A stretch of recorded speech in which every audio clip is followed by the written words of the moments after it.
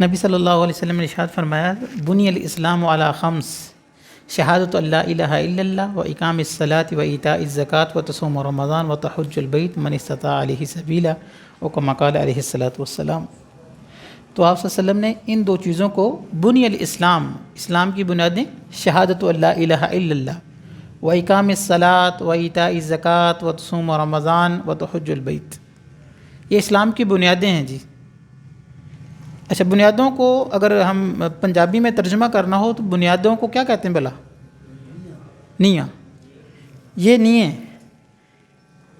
نییں نظر نہیں آتی، لیکن بلڈنگ کا سارا بوجھ نیوں پر ہوتا ہے۔ تو اسلام کی بنیادیں جو ہیں وہ یہی ہیں، بنی الاسلام۔ تو اس بنیادوں کی کوئی چھت بھی ہوگی،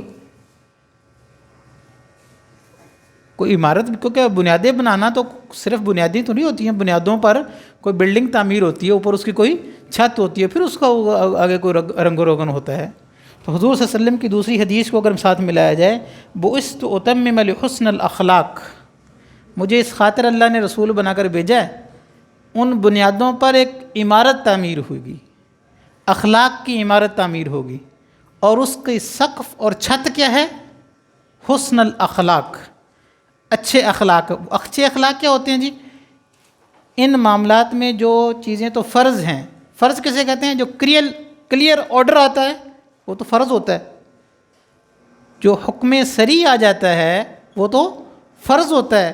جب اس فرض کو مد نظر رکھتے ہوئے مزید آپ اسی طرح کا کام کرتے ہیں تو وہ کیا ہوتا ہے جی؟ نفل ہوتا ہے۔ تو حسن اخلاق کہ مزدور کو مزدوری جو طے ہوئی ہے وہ پوری دینا، یہ تو فرض ہے، لیکن جھکتا ہوا تولنا، مزدور کی جو طے ہوا 1000 روپے میں مزدوری طے ہوئی، جاتے ہوئے اس کو 20 روپے رکشے کا کرایہ بھی دے دیا، یہ کیا ہے؟ آپ کے اچھے اخلاق ہیں۔ امت جب دین کے اس حصے سے فارغ ہوتی ہے نا جی، تو وہ چھت سے محروم ہو جاتی ہے۔ جس کے پاس چھت نہیں ہوتی نا، پھر پتہ کیا ہوتا ہے؟ آندھی اور طوفان میں، بارش اور ناگہانی آفات میں سارے پریشان ہوتے ہیں۔ اس وقت ہم سب کا یہی حال ہے، مہنگائی کا طوفان ہو یا وہ بد امنی کی فضا ہو یا جو بھی معاملات ہوں، جب ہم دین کے اس قلعے سے باہر نکلتے ہیں تو ساری امت پریشان رہتی ہے۔ گو کہ آپ نماز بھی پڑھتے ہوں، روزے بھی رکھتے ہوں، وہ ایسے ہی ہے جیسے کوئی آدمی اپنی نیے، کسی نے پلاٹ خریدا، نیے کھودی اور وہ نیے بھر کے اوپر چوکڑی لگا کے بیٹھا ہوا ہے، اور کسی بندے نے نیے بھی نہیں کھودی اور وہ سڑک کے کنارے ویسے ہی بیٹھا ہوا ہے۔ اس وقت امت کا یہ حال ہے، کسی نے نیے بنا لی ہیں تو کوئی نیوں کو بغیر ہی سڑک کنارے بیٹھا ہے۔ باقی تھی جو دین کو ایک قلعہ نما دیا گیا، جو آفتوں اور مصیبتوں سے تمہاری ڈھال بن سکتا، معاشرت میں، معیشت میں، سیاست میں، تمہارے پاس وہ سسٹم، اس نظام میں رہتے تاکہ کمزور حال بھی بدحالی کا شکار نہ ہوتے، تو اسی وقت ممکن تھا جب اس حصے کو بھی ساتھ لے کے چلتے۔ ہم اپنے دوبارہ پوائنٹ پر آتے ہیں۔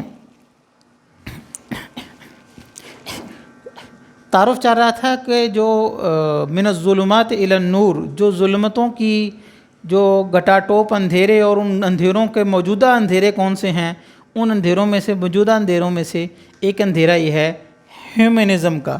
ہیومنزم کسے کہتے ہیں؟ کہ تصور الوہیت انسان۔ اگر میں ہیومنزم کا ترجمہ کروں اردو زبان میں تو میں کہوں گا تصور الوہیت انسان، کہ انسان اپنے سے ماوراء کسی اور ہستی کو ماننے سے انکار کر دے، کہ میرے سے اعلیٰ کوئی بھگوان، کوئی کرشن، کوئی دیوتا، کوئی خدا کوئی ہے؟ کہتا نہیں، میں تو شک میں ہوں، میں اس کائنات میں سب سے اعلیٰ ہستی ہوں۔ اسی کو کہتے ہیں ہیومنزم۔ ٹھیک ہے جی۔ اچھا، ہیومن رائٹس سنا آپ نے؟ وہ ہیومنزم کے تصور کو بنیاد بنا کر کہ اس کائنات کی سب سے عظیم ہستی انسان ہے، آزادی انسان کا حق ہے، مساوات انسان کا حق ہے، ان تصورات کو بنیاد بنا کر، جس طرح آپ کہتے ہیں نا توحید اور رسالت آخرت، یہ آپ کے بنیادی قاعدے ہیں، توحید، رسالت، آخرت۔ تو اب قرآن کی کوئی جزی یا پوری احادیث مبارکہ کا کوئی ذخیرہ، حدیث میں سے کوئی حدیث اس بیس سے کبھی نہیں ٹکرائے گی۔ توحید، رسالت، آخرت، یہ عقائد ہیں، علم آگے عقیدوں سے پھوٹا کرتا ہے، ٹھیک ہے؟ توحید، رسالت، آخرت یہ عقیدہ ہے، اور سارا قرآن کی آیات، ساری احادیث، سارا اسلامی ذخیرہ وہ ان عقیدوں سے آگے پھوٹتا ہے، جنم لیتا ہے۔ لہٰذا کبھی بھی قرآن کی کوئی آیت یا حدیث کی کوئی جزئی توحید کے خلاف، رسالت کے خلاف اور تصور آخرت کے خلاف نہیں جا سکتی، ٹھیک ہے جی؟ بالکل اسی طرح ہیومنزم کے تصور میں سے آزادی، مساوات اور مادی ترقی یہ اس کفر کا عقیدہ ہے۔ باقی آگے ساری چیزیں وہاں سے پھوٹیں گی، جنم لیں گی۔ لہٰذا مغرب کا بیان کیا ہوا کوئی سسٹم، کوئی ادارہ، کوئی نظم زندگی فریڈم کے اور ایکوالٹی کے اور مادی ترقی کے اگینسٹ نہیں جائے گا۔ اگر جا رہا ہو تو وہ آپ کے فہم میں کوئی مسئلہ تو سمجھانے میں ہو سکتا ہے۔ یہ بالکل ایسے ہی ہے جیسے کہ امام مالک اور امام شافعی اور امام احمد بن حنبل رحمۃ اللہ علیہ باہمی اختلافات کرتے ہوں گے، باہمی ان کے اختلافات موجود ہوں گے، لیکن توحید، رسالت اور آخرت میں کبھی بھی آپس میں ایک دوسرے کے ساتھ اختلاف نہیں ہو سکتا، اس لیے کہ عقیدے سے آگے علم پھوٹتا ہے، ٹھیک ہے جی؟ اس وقت کے کفر کا عقیدہ کیا ہے؟ اس وقت کا کفر جن بنیادوں پہ کھڑا ہے، ٹھیک ہے، کہ انسان اس کائنات کی سب سے اہم ہستی ہے، لہٰذا گائیڈنس کے لیے، رہنمائی کے لیے، رستہ دیکھنے کے لیے، روشنی کے لیے کیا کہے گا؟ وہ کہے اپنے اندر جھانکو۔ میں ریپیٹ کرتا ہوں یہ جملہ جو کہا جاتا ہے بار بار، کہتا ہے رہنمائی کے لیے اپنے اندر جھانکو، تم اور جگہ سے رہنمائی حاصل نہ کرو، سمجھے؟ تو اس وقت کا کفر وہ یہ ہے تصور الوہیت انسان، جس میں بنیادی عقیدہ آزادی، مساوات اور مادی ترقی۔ اچھا جی، اس چیز کو بنیاد بنا کر جو ایک ٹیکسٹ تشکیل دیا گیا، اگر اس کو یہ کہا جائے کہ وہ اس وقت کے موجودہ دور کا کفر کا وہ قرآن مجید ہے، تو یہ بات غلط نہیں ہوگی۔ وہ کیا ہے؟ وہ یہ والا ہے،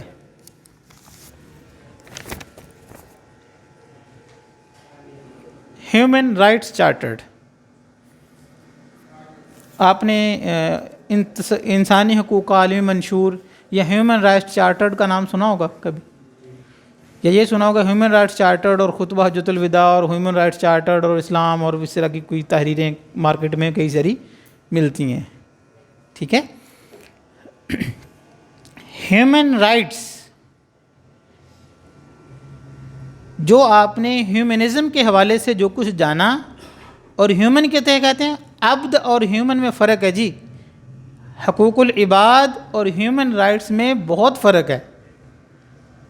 ہیومن رائٹس یہ وہ والا ہیومن ہے جو کہے میرے سے، اپنے سے ماورا کسی اور ہستی کو ماننے سے انکار کر دے، اس کائنات کی اعلیٰ ترین ہستی میں ہی ہوں، جو یہ کہے وہ ہوتا ہے ہیومن۔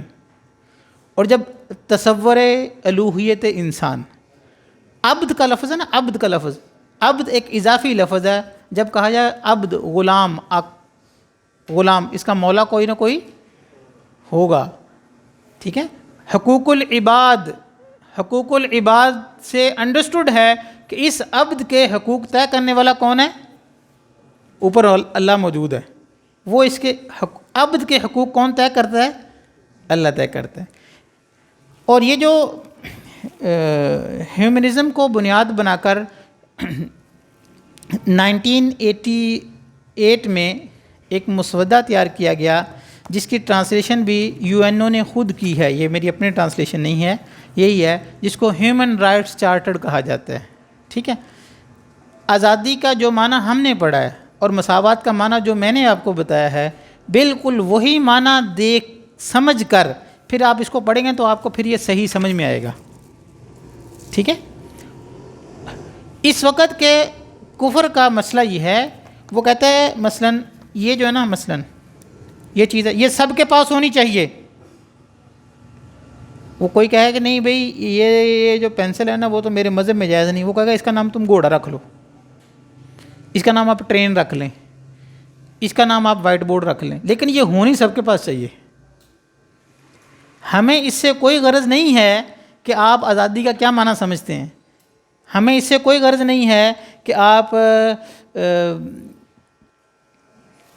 ان جو ہم نظام ہے زندگی آپ کو بیان کریں گے، سول سوسائٹی ہو گئی ہے یا لبرل اسٹیٹ کا تصور ہے، ٹھیک ہے، یا معیشت میں بینکنگ کا ایک پورا تصور ہے، آپ کے نہیں تو آپ اس کا نام چینج کر لیں، ہمیں اس سے کوئی غرض نہیں ہے۔ یہ ہونا سب کے پاس چاہیے، آپ اس کا نام گھوڑا رکھ لیں، آپ اس کا نام ہوائی جہاز رکھ لیں، آپ اس کا نام ٹرین رکھ لیں، آپ اس کا نام کمپیوٹر رکھ لیں، کچھ بھی رکھ لیں، یہ ہونا سب کے پاس چاہیے، ٹھیک ہے۔ بالکل اسی طرح اس وقت ان معاملات میں معاشرت میں ایک پورا سیٹ اپ، جس کو ایک سوسائٹی کا تصور دیا، جس کو سول سوسائٹی کہتے ہیں، اسلامک سوسائٹی کے بالکل پیرلل ایک دوسری سوسائٹی کا تصور دیا گیا، جس کو کیا کہتے ہیں جی؟ سول سوسائٹی یا سول معاشرہ۔ اس کے اپنے اصول ضابطے ہیں، وہ ہم تھوڑا سا ڈسکس کریں گے، وہ کیا آتے ہیں۔ معیشت میں دو نظام پیش کیے گئے کفر کی طرف سے، ایک تھا کیپٹلزم اور دوسرا تھا سوشلزم۔ آپس میں ان کی بھی کافی جنگیں شنگیں ہوتی رہیں، بالآخر آج کل کیپٹلزم ہی چلتا ہے۔ اسلامی معاشی نظام کے مقابلے میں کیپٹلزم ہی چلے گا، اس کے مقابلے میں کیپٹلزم دیا گیا۔ اور تصور سیاست میں لبرل اسٹیٹ کا تصور، لبرل اسٹیٹ کہ اسٹیٹ ایسی ہونی چاہیے جس میں مذہب کی مداخلت نہ ہو، مذہب ہو، مسجد میں ہو، مندر میں ہو، محراب میں ہو، لیکن مذہب کی جو نمائندگی ہے وہ لبرل اسٹیٹ کا تصور۔ لبرل اسٹیٹ کے دو رخ ہوتے ہیں، جس طرح ایک سکے کے دو پنے ہوتے ہیں نا، ایک سکے کا چاند تارہ بنا، تو لبرل اسٹیٹ دو شکلوں کا ہوتا ہے، آمریت اور جمہوریت، یہ دونوں اسی کے ایک تاؤ ہیں، ٹھیک۔ لبرل اسٹیٹ کا ایک تصور۔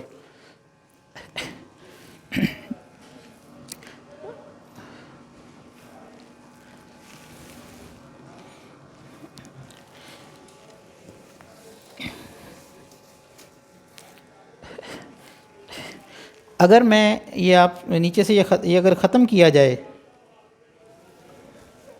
اس کو بس ٹھیک، اور اگر یہ میں نیچے سے یہ چیز مٹا دی جائے، کوئی واضح کرے گا اس کو؟ پھر اس کو کیا کہتے ہیں جی؟ ہاں، اگر یہ چیزیں نیچے سے ختم کر دی جائیں اور مذہب کا سٹرکچر صرف اوپر والا رہ جائے، اس کو کیا بولتے ہیں؟ سیکولر۔ تمام مذاہب عالم کا سیکولرزم کے ساتھ گزارا ہو سکتا ہے۔ ہندو ہونے کے ساتھ ساتھ سیکولر ہو سکتا ہے؟ غور کرے تو ذرا، کہ وہ بھگوان کو بھی مانتا ہو، گیتا بھی پڑھتا ہو، اور اپنا رام بھی کر لے، اور ان معاملات میں وہ لائن لگا دے، کہتے نہیں اس معاملات میں میں فری ہوں۔ ہندو ہونے کے ساتھ ساتھ سیکولر ہو سکتا ہے۔ عیسائی ہونے کے ساتھ ساتھ سیکولر ہو سکتا ہے۔ عیسائی عقائد میں، نظریات میں عیسائی ہو، عبادت بھی کرتا ہو، اور اپنی وہ سلیب بھی لٹکاتا ہو، اور ان معاملات میں کہے کہ میں فری ہوں، میں ٹھیک ہے، میں اوپن ہے، میرے پاس اوپن چوائس ہے، میں کچھ بھی اپنی مرضی سے رہ سکتا ہوں، ہو سکتا ہے۔ عیسائی ہونے کے ساتھ ساتھ سیکولر ہو سکتا ہے۔ ہندو ہونے کے ساتھ ساتھ سیکولر ہو سکتا ہے۔ سکھ ہونے کے ساتھ ساتھ سیکولر ہو سکتا ہے۔ آپ لوگوں کے ساتھ مسئلہ ہے، آپ لوگوں کے ساتھ پرابلم ہے، آپ مسلمان ہونے کے ساتھ ساتھ سیکولر نہیں ہو سکتے۔ قرآن آپ کا کان سے پکڑ کے باہر نکالتا ہے، مَن لَّمْ يَحْكُم بِمَا أَنزَلَ اللَّهُ فَأُولَٰئِكَ هُمُ الْكَافِرُونَ۔ جو اپنے ان باہمی معاملات میں مجھ سے رہنمائی نہیں لے گا، گو کہ وہ ان معاملات میں میرے سامنے سجدے کرتا ہے، عبادات میری کرتا ہے، میرے دم بھرتا ہے، لیکن ان معاملات میں وہ گونگا شیطان بنتا ہے، تو قرآن کہتا ہے نہیں میں نہیں ان کو رکھتا اپنے پاس۔ مسلمان دہشت گرد ہوتے ہیں، یہ بات سمجھ آ جانی چاہیے۔ مسلمان ہی دہشت گرد کیوں ہوتے ہیں؟ کہ کفر نے جو 300 سال محنت کر کے پورا سیٹ اپ کھڑا کیا، اس سیٹ اپ کے اگینسٹ اگر کوئی بجھتی ہوئی چنگاری کسی میں ہے تو وہ کون ہے؟ وہ لوگ ہیں، یہ لوگ ہیں۔ اگر اسلام، اگر قرآن الحق نہ ہوتا، اگر قرآن الحق نہ ہوتا تو یہ اس وقت کا کفر اتنا شاخ در شاخ ہے کہ آپ بھی اس کا ایک حصہ بن جاتے، کیونکہ جو بھی اس کے اگینسٹ آ کے کھڑا ہوا ہے نا، اس نے کہا ہاں نہیں آپ بھی ہمارے ہی ہیں، خیر ہے آ جائیں، آپ بھی ہمارے ہی ہیں، ٹھیک۔ لہٰذا چونکہ اسلام خود اپنی خاص آئیڈینٹی رکھتا ہے، ہر معاملے میں وہ اپنا ایک تشخص رکھتا ہے، وہ اپنی ایک شناخت الگ سے ایک شناخت رکھتا ہے، آئیڈینٹی رکھتا ہے، نمایاں پوزیشن رکھتا ہے، ٹھیک ہے۔ اس لیے آپ اس کفر میں ضم ہو نہیں پاتے، اگر ضم ہوتے تو قرآن آپ کو ایک سائڈ سے نکال دیتے ہیں، ٹھیک ہے۔ آج آ کے اس پوری نیشن میں، پوری اقوام عالم میں کسی اور مذہب، ملت یا کسی تھرڈ خیال میں اتنی پاور نہیں ہے کہ وہ اس سیکولرزم کا مقابلہ کر سکے، ٹھیک ہے۔ اچھا، اس میں جو ایک ٹول استعمال کیا جاتا ہے، اصطلاحات کہ مغرب اپنی اصطلاحات امپورٹ کرتا ہے مختلف علاقوں میں، ٹھیک ہے، وہ ہندوؤں میں بھی کی گئیں، عیسائیوں میں بھی کی گئیں، اور اب مسلمانوں میں کی جا رہی ہیں۔ اس کے کچھ مظاہر ہم نے دیکھے کہ آزادی کا نظریہ، آزادی اور نظریہ مساوات اور ہیومنزم اور ہیومن رائٹس، جو ایک عام اصطلاحات جو چل رہی ہے، ہیومن رائٹس چارٹرڈ، اور اس کی تشریحات اس طرح کی جاتی ہے۔ یہ صرف آپ کو ایک میں نمونے کے طور پہ دکھانا چاہتا ہوں کہ کفر پیچ اپ کر کے کیسے چلتا ہے۔ اس وقت کے کفر کا حسن یہ ہے کہ وہ مخالفت کی بجائے، مخاصمت کی بجائے، حریف بننے کی بجائے حلیف بننا پسند کرتے ہیں۔ میں رپیٹ کرتا ہوں، وہ حریف بننے کی بجائے، سامنے آنے کی بجائے، بلکہ آپ کو بھی بغل میں بٹھانے کی کوشش کرے گا۔ نہیں ٹھیک ہے، اگر آپ نہیں، آپ یوں نہیں تو پھر یوں سمجھ لیں آپ، ٹھیک ہے، کہ اس میں مخالفت کی بجائے وہ مفاہمت اور یہ اس کو کہتے ہیں مخاصمت کی بجائے، حریف کی بجائے رقیب بنا لو، اپنے پیچھے اس کو بٹھا لو، ہاں کمپرومائز کر کے چل لیں، کمپرومائز۔ اور ایسی اصطلاحات، ایسا گول سا لفظ، ایسی گول سی اصطلاح بنانی کہ آپ اپنے گھر میں خوش رہیں، وہ اپنا کام دکھا جائے۔ آپ اپنے گھر میں خوش نہیں اس کا مطلب یہ ہو سکتا ہے، یہ ہو سکتا ہے، وہ ہو سکتا ہے، ٹھیک، وہ اپنا کام دکھا جائے۔ اس کی دو چار میں مثال کے طور پر، ہیومن رائٹس چارٹر یہ مسلمانوں سے پوچھ کے تو نہیں بنایا گیا نا جی، تو ہمیں کیا ضرورت ہے اس کو خطبہ حجۃ الوداع کے ساتھ جوڑیں، اور ہمیں کیا ضرورت ہے اس کو بخاری سے ثابت کریں، ہمیں کیا ضرورت ہے کہ اس کو قرآن سے ثابت کریں؟ بھئی اگر ایک کفر سر چڑھ بول بھی پڑا، میں نہیں رد کر پاتا تو میری نسلیں آ کے اس کو خود ہی رد کر دیں گی۔ یا باطل کی عمر کتنی کو ہوتی، 200-300 سال 400 سال، وہ خود بخود آخر باطل تو ہوتا ہی مٹ جانے کے لیے ہے، آپ اس کو نور ہدایت اور نور مبین کے ساتھ اٹیچمنٹ کیوں کر رہے ہیں؟ آپ کو کیا ضرورت پڑی تھی کہ آپ آزادی اور مساوات کو اسلام سے ثابت کریں؟ آپ کو کیا ضرورت پڑی ہے کہ آپ ہیومن رائٹس کو خطبہ حجۃ الوداع سے ثابت کریں؟ یہ جانے بغیر ہیومنزم، ہیومن رائٹس یا ہیومن اسے کہتے ہیں جو اپنے تصور الوہیت سے انکار کر دے، جبکہ عبد کسے کہتے ہیں جو اپنے سے ماورا کسی اور ہستی کو مانتا ہوں۔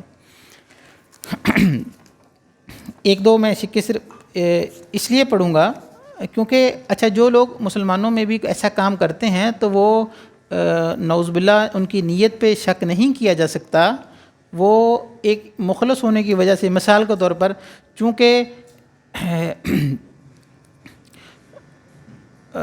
بعض اوقات ایسے ہوتا ہے کہ جناب ایک بہت چمکدار چیز دیکھی جس کی طوطی بول رہی ہے، اور ایک بذات میں خود ایک تصور پیدا ہوتا ہے کہ اسلام تو اس سے بھی زیادہ اچھا ہے، لہٰذا انہوں نے وہ روشنی ہمارے ہی چراغوں سے لی ہوگی۔ اس غلط فہمی کی بنیاد پر بس اوقات وہ اٹیچمنٹ کی جاتی ہے۔ اس لیے کیا ہم بھی اس چیزوں کو اس طرح دیکھنے سے پہلے اسی طرح نہیں کرتے تھے کہ کوئی مغرب کی اچھی چیز دیکھی، نہیں نہیں نہیں انہوں نے اسلام سے لی ہوگی، انہوں نے مغرب کی فلاں اچھی چیز ہے وہ بھائی انہوں نے اسلام سے لی ہوگی، ٹھیک ہے. وہ اس وقت اس لیے کسی کے ایمان پر حملہ کرنے کی بجائے بیٹھ کر باتوں کو سمجھ لینا چاہیے، ٹھیک ہے. اچھا، مثال کے طور پر یہ ہیومن رائٹس چارٹر جو ہے وہ اسی تصور میں بنایا گیا جس طرح توحید، رسالت، آخرت بنیادی تصور ہے نا قرآن کا، اسی طرح آزادی کا وہ تصور کہ میں جو چاہوں چاہ لوں، مساوات کا وہ تصور، اس کو بنیاد بنا کر یہ قرآن مجید تشکیل دیا انہوں کفر نے. اور اس کو بغیر اگر مگر کے، بغیر اف اور بٹ کے تمام اقوام عالم پر جس نے بھی یو این او کے ساتھ دستخط کیے ہیں، جو بھی اقوام متحدہ میں شامل ہے، اس کے لیے اس کو ماننا ایسے ہی لازمی ہے جس طرح قرآن مجید کو ماننا لازمی ہے آپ کے لیے، ٹھیک ہے. اور اس کو نمایاں جگہ پر آویزہ کرنا، اگر آپ کو ہضم نہیں ہوتا تو آپ اس کی تشریح ایسی کر لیں جو آپ کی قوم کو ہضم ہو جائے، ٹھیک ہے. ہندو اپنے حساب سے تشریح کر لیتے ہیں، عیسائی اپنے حساب سے تشریح کر لیتے ہیں، اور مسلمانوں میں کچھ لوگوں بنائے جاتے ہیں جو اس اپنے حساب سے تشریح کر لیں، لیکن یہ ہونا سب کے، اس کو مانیں گے سب، ٹھیک ہے. مثال کے طور پر جی اس میں صفحہ نمبر 8 پہ ہے، مذہب کا پورا حق. ہر انسان کو آزادی فکر، آزادی ضمیر اور آزادی مذہب کا پورا حق ہے. اس حق میں مذہب یا عقیدے کو تبدیل کرنے، پبلک میں نجی طور پر یا تنہا طور پر دوسروں کے ساتھ مل جل کر عقیدے کی تبلیغ کرنے کی مکمل آزادی ہے. وہ جو کہا جاتا ہے نا آزادی مذہب ہمارا حق ہے، آزادی مذہب آپ کے ذمہ فرض ہے یا حق ہے آپ کا؟ حق سے دستبردار ممکن ہے، حق سے تو بندہ دستبردار بھی ہو سکتا ہے. وہ جو کہا جاتا ہے آزادی مذہب کہ میں مذہب کی سٹیٹس، مذہب ایسے ہی ہے جس طرح آپ کو صبح چائے اچھی لگتی ہے، دوپہر کو آپ لسی پینا اچھی ہے سمجھتے ہیں، شام کو آپ کو کعوہ اچھا لگتا ہے. کیا مسلمان ہونا میرے ذمہ فرض ہے یا میرا حق ہے؟ بھائی میرا ایمان ہے، میرا حق نہیں ہے، میرا وہ فرض ہے، میں اس سے دستبردار نہیں ہو سکتا، ٹھیک ہے. اسی طرح یہ زچہ بچہ توجہ اور امداد کے حقدار ہیں. تمام وہ بچے خواہ وہ شادی سے پہلے ہوں یا شادی کے بعد ہوں، معاشرتی تحفظ میں یکساں طور پر مستفید ہوں گے. اس کو اگر بخاری سے ثابت کرنا پڑے تو کیسے کریں گے آپ؟ شادی سے پہلے بچے کہاں سے ہوتے ہیں؟ ٹھیک، یہ میں صرف آپ کو جلیاں دکھا رہا ہوں. یہ وہ ہے ہیومن رائٹس چارٹرڈ ہے جو تصور الوہیت انسان کو بنیاد بنا کر دیا گیا اور قوموں کو اس کو ماننا لازمی ہے، ٹھیک ہے. اور جس قوم کو وہ ہضم نہ آئے تو وہ اپنے حساب سے اس کی کوئی تشریح کر لیں، ٹھیک، لیکن لازمی ہے کہ وہ سارے مانیں. اچھا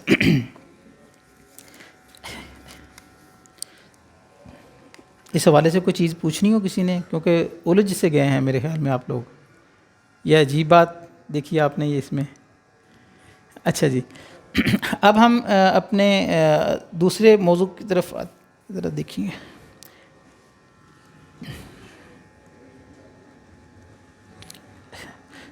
ہم نے کورس کے آغاز میں پہلے یہ 2 ہدف سیٹ کیے تھے. پہلا ہدف یہ بنایا تھا کہ اسلام پر جتنے بھی اعتراضات ہو رہے ہیں ہم ان اعتراضات کا منہج و اسلوب چیک کریں گے. جی یہ سارے اعتراضات پڑھ کے دیکھیں، یہ اعتراضات سارے کے سارے غلط اینگل کی وجہ سے ہیں. آزادی کو اور مساوات کو بنیاد بنانے کی وجہ سے ہیں.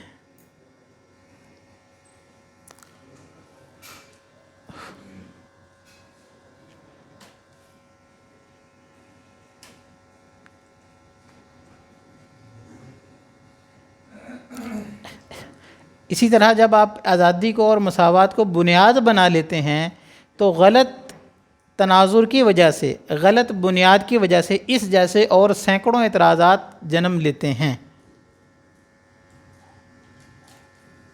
ٹھیک ہے جی.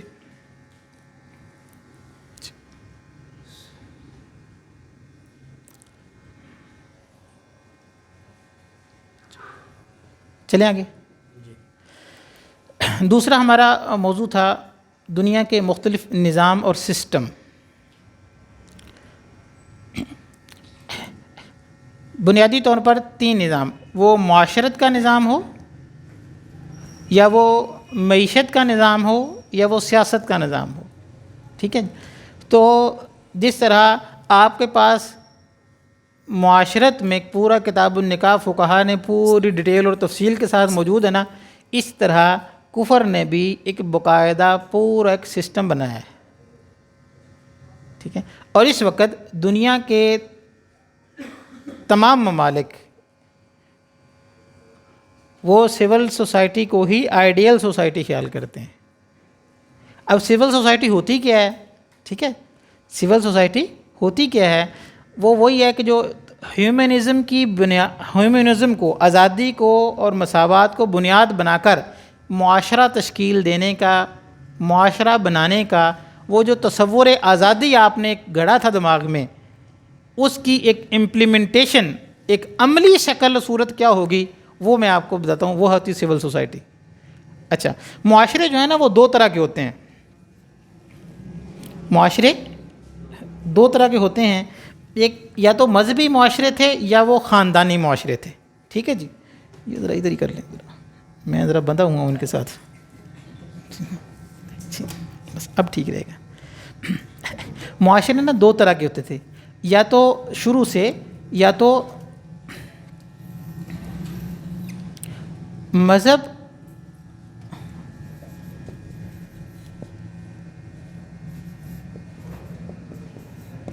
خاندان. معاشرے صدیوں سے انسان ایسا نہیں کبھی بھی رہا کہ انسان ایک نے بستر اٹھایا ادھر چلا گیا، دوسرے نے بستر اٹھایا ادھر چلا گیا. انسان ہمیشہ اجتماعیتوں کی شکل میں رہے ہیں، اکٹھے ہو کر ہی رہتے تھے. جو انسانوں کا جو اکٹھ ہوتا تھا، انسانوں کے گروہ جو بنتے تھے وہ 2 بنیادوں پہ بنتے تھے. یا تو وہ مذہب کی وجہ سے اکٹھ ہوتے تھے، یا وہ خاندان کی وجہ سے، نسل کی وجہ سے اکٹھ ہوتے تھے. ٹھیک ہے. تیسرے کو اکٹھ کی کوئی وجہ نہیں تھی. لہٰذا شروع سے لے کر 17ویں صدی عیسوی تک معاشرے کی بنیاد یا تو وہ مذہب تھی یا وہ خاندان تھا. جب آزادی کا نعرہ لگایا گیا تو آزادی کے نعرے کی وجہ سے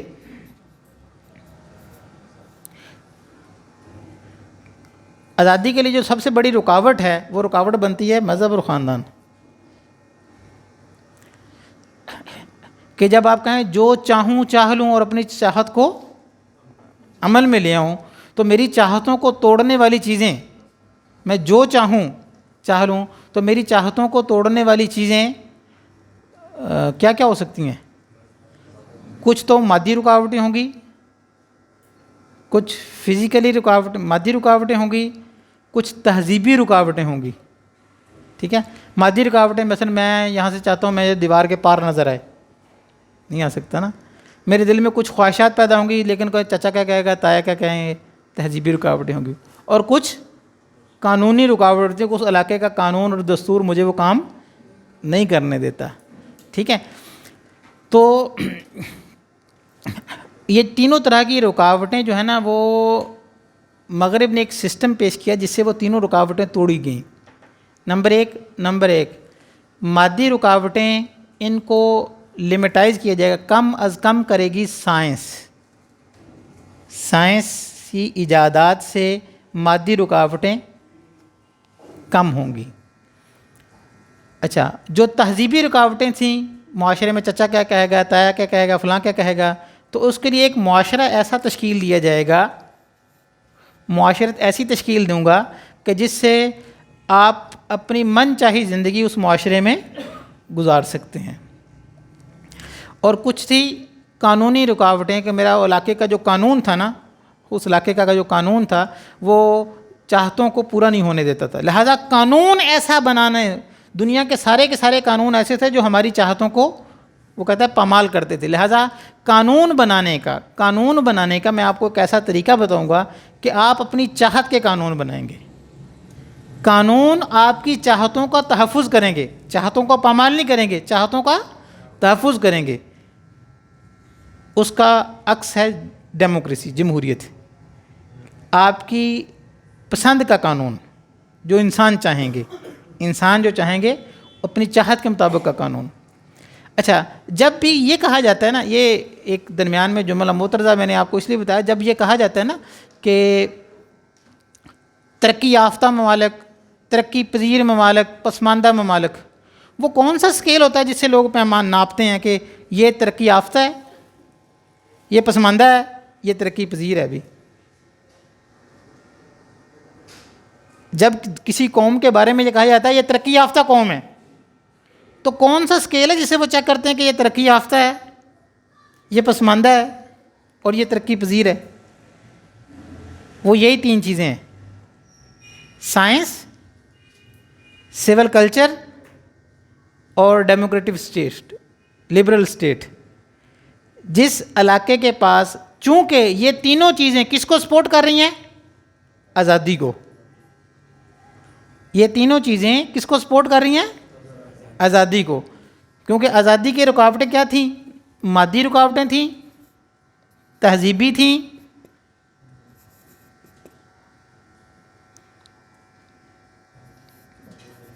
قانونی رکاوٹیں تھیں. جو انسان کی آزادی کو پامال کرنے والی یہ 3 چیزیں تھیں. تو مادی رکاوٹوں کو کس نے کلیئر کیا؟ سائنس نے. 17 سینچری سے پہلے بھی لوگ سائنس پڑھتے تھے لیکن ایجادات نہیں ہوتی تھیں. کبھی آپ نے غور کیا کہ انہی 250 سال میں اے سی بھی بن گیا, لائٹ بھی بن گئی, پنکھے بھی بن گئے, کمپیوٹر بھی بن گئے اور فلاں بھی بن گئے. اس سے پہلے لوگ سارے چلے ہی ہوتے سی, سارے بیوقوف ہوتے تھے. وہ پڑھتے تو تھے نا اس وقت بھی سائنس, ایجادات کیوں نہیں تھی؟ سمپل سی بات ہے نا کہ ان 200 سال میں تو گھڑی سے لے کر لیپ ٹاپ اور مائک اور یہ سارا کچھ بن گیا. 200 سال پیچھے سے بھی تو لوگ بڑے بڑے اپنے فن اور علم کے امام مانے جاتے تھے, ان کی ایجادات نہیں ہوتی تھیں. وہ سارے بیوقوف تھے, ہمیں پڑھتے رہتے تھے. کیا وجہ تھی کہ ایک ایجادات کا سیلاب صرف انہی 250 سال میں آیا, پہلے کیوں نہیں آیا؟ پہلے لوگ بیوقوف ہوتے تھے یا پڑھتے کم تھے؟ پڑھتے بھی بہت زیادہ تھے, علم اور فن میں امام بھی ہوتے تھے, سب کچھ تھے, ایجادات نہیں تھیں, بہت تھوڑی تھیں. 250 سال میں کیا ہوا؟ ایک نظریاتی تبدیلی ہے جی. وہ یہ تھی کہ پڑھا کیوں جائے, علم کیوں پڑھا جائے, چیزوں کی حقیقتوں کو کیوں جانا جائے. 17 سینچری سے پہلے تک چھوٹی چھوٹی حقیقتوں کو اس لیے جانا جاتا تھا تاکہ ایک بڑی حقیقت جسے حقیقت اعلیٰ یا خدا کہتے ہیں اس تک رسائی حاصل ہو. علم کا مقصد تحقیق کائنات, حقائق کو جاننا تاکہ چھوٹی چھوٹی حقیقتوں کو جان کر حقیقت اعلیٰ خدا تک انسان کی رسائی حاصل ہو جائے. علم کا مقصد یہ چلتا تھا, ٹھیک ہے. لیکن اب یہ نہیں ہے. اب تحقیق کائنات اعلیٰ ترین حقیقت کو جاننے کے لیے نہیں, اب جو ہے ریسرچ کا مقصد ہے کہ ان حقائق کو میں جانوں گا تسخیر کائنات کے لیے. اعلیٰ حقیقت کون کہتا؟ اعلیٰ حقیقت تو میں خود تیرے سامنے کھڑا ہوں, اعلیٰ حقیقت. اب ہے اس اعلیٰ حقیقت کے لیے کائنات کو مسخر کرنا. کیسے میں سردیوں کو گرمیوں میں بدل دوں, کیسے گرمیوں کو میں سردیوں میں بدل دوں. جتنی بھی میرے سامنے مادی رکاوٹیں ہیں ان رکاوٹوں کو میں دور کر دوں. میری دل میں آتا ہے میں ہواؤں میں اڑنا چاہوں تو میں ہواؤں میں اڑوں, میں پانی کی گہرائیوں میں جانا چاہوں تو گہرائیوں میں جاؤں, میں دیوار کے پار تو کیا اس بر اعظم کے پار بھی دیکھنا چاہوں تو جہاں دیکھ لوں. علم کا مقصد, سائنس کا مقصد تحقیق کائنات نہیں, تسخیر کائنات بنایا گیا. ٹھیک ہے. یہ آئیڈیالوجی, یہ نظریاتی تبدیلی بہت ساری ایجادات کا محرک بنی ہے. ٹھیک ہے. ابھی کفر اسلام کے فتوے نہیں ہمیں کسی پہ لگانے, صرف چیزوں کو سمجھیں گے. ٹھیک ہے جی. تو ایک ہے مادی رکاوٹ. جب سائنس نے اس کو, جب ماڈرن سائنس نے اپنے ہدف ہی یہ طے کیے تو لہٰذا ماڈرن سائنس میں ایجادات برمار ایجادات ہوئی ہیں. اسی لیے ان 200 سال میں اتنی زیادہ ایجادات ہوئیں، وگرنہ اس سے پہلے بھی لوگ پڑھتے تھے، جانتے تھے، سمجھتے تھے، لیکن ایجادات کی ریشو یہ نہیں تھی۔ اچھا، مادی رکاوٹ، تہذیبی رکاوٹیں، مادی رکاوٹوں کو دور کرے گی سائنس، تہذیبی رکاوٹوں کو دور کرے گی سول سوسائٹی۔ ٹھیک ہے جی، سول کلچر یا سول سوسائٹی کہ بہت سارے معاشرے میں رہتے وقت بہت ساری دل میں خواہشیں، امنگیں، چاہتیں پیدا ہوتی ہیں، لیکن وہ چچا کیا کہے گا، محلے دار کیا کہیں گے، فلاں کیا کہیں گے، انسان اپنی چاہتوں کو دبا لیتا۔ لہٰذا ایک معاشرے کا ایک ایسا سٹرکچر جس میں آپ جیسی بھی زندگی اختیار کریں تو اس میں آزادی کے ساتھ زندگی گزاریں، جس میں مذہب کی اور خاندان کی کوئی رکاوٹ آپ کو تنگ نہیں کرے گی، ایک ایسا معاشرے کا سٹرکچر، وہ ہم پڑھیں گے وہ کیا ہوتا ہے۔ اسی طرح قانونی رکاوٹوں میں قانون کیسا ہونا چاہیے، تو کیسے قانون جتنے بھی دنیا میں بنائے جاتے تھے، جتنے بھی بنائے جاتے تھے وہ قانون انسانوں کو لمیٹائز کرنے کے لیے، روکنے کے لیے بنائے جاتے تھے۔ ٹھیک ہے، لبرل اسٹیٹ کا تصور یا جمہوریت کا طرز کار وہ ایک ایسا انداز حکومت ہے جس میں قانون آپ کی چاہت کا بنے گا۔ پہلے قانون بنتے تھے اس کی چاہت کے، وہ بھگوان ہو، کرشن ہو، دیوتا ہو، خدا ہو، اور لوگوں کی چاہتوں کو پامال کرتے تھے۔ اب کی بار کیا ہوگا، قانون وہ نہیں بنائے گا، آپ بنائیں گے۔ آپ بتائیں گے سود حلال ہوتا ہے کہ نہیں حلال ہوتا، شراب حلال ہے کہ نہیں حلال، آپ کی رائے کے مطابق قانون سازی کا ایک طریقہ کار، ٹھیک ہے، آپ کی چاہتوں کے مطابق قانون سازی کا ایک طریقہ کار، اس کال ڈیموکریسی۔ ٹھیک ہے، یا لبرل اسٹیٹ کا تصور۔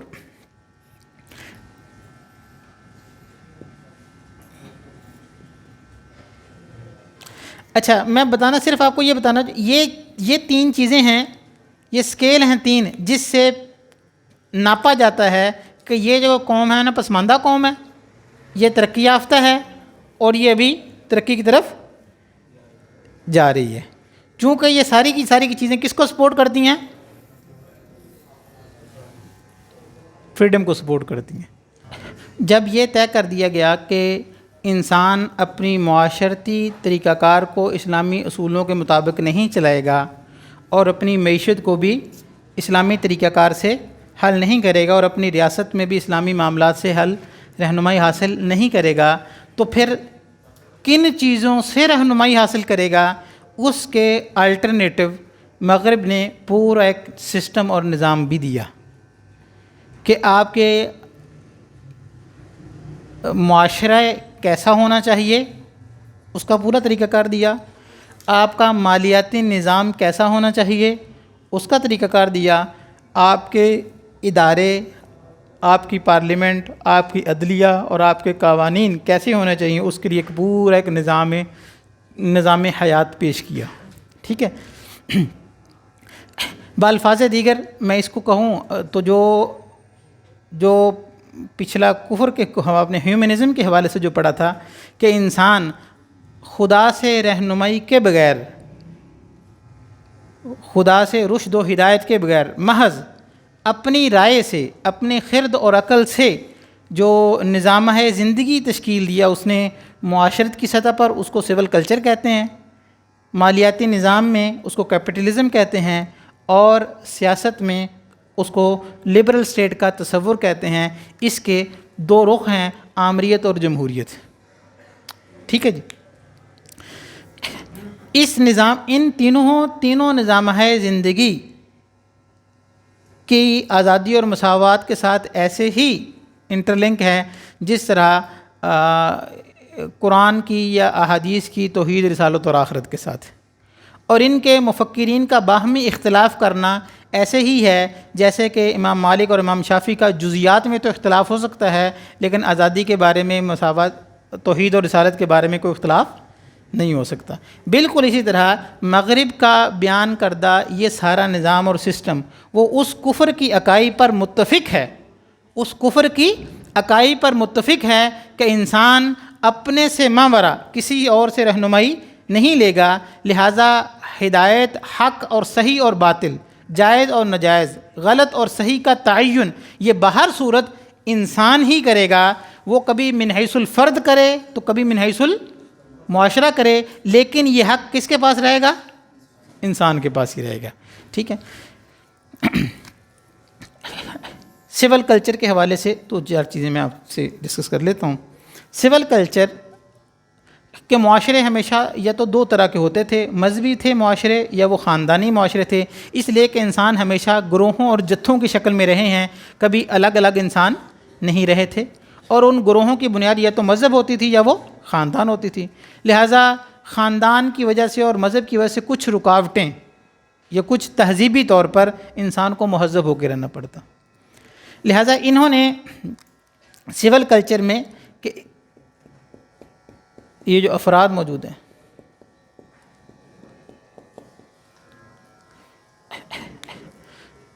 جب مذہب سے آزادی کا نعرہ لگایا گیا تو بہت سارے کام تھے جو معاشرے میں مذہب کی وجہ سے ہو رہے تھے یا خاندان کی وجہ سے ہو رہے تھے.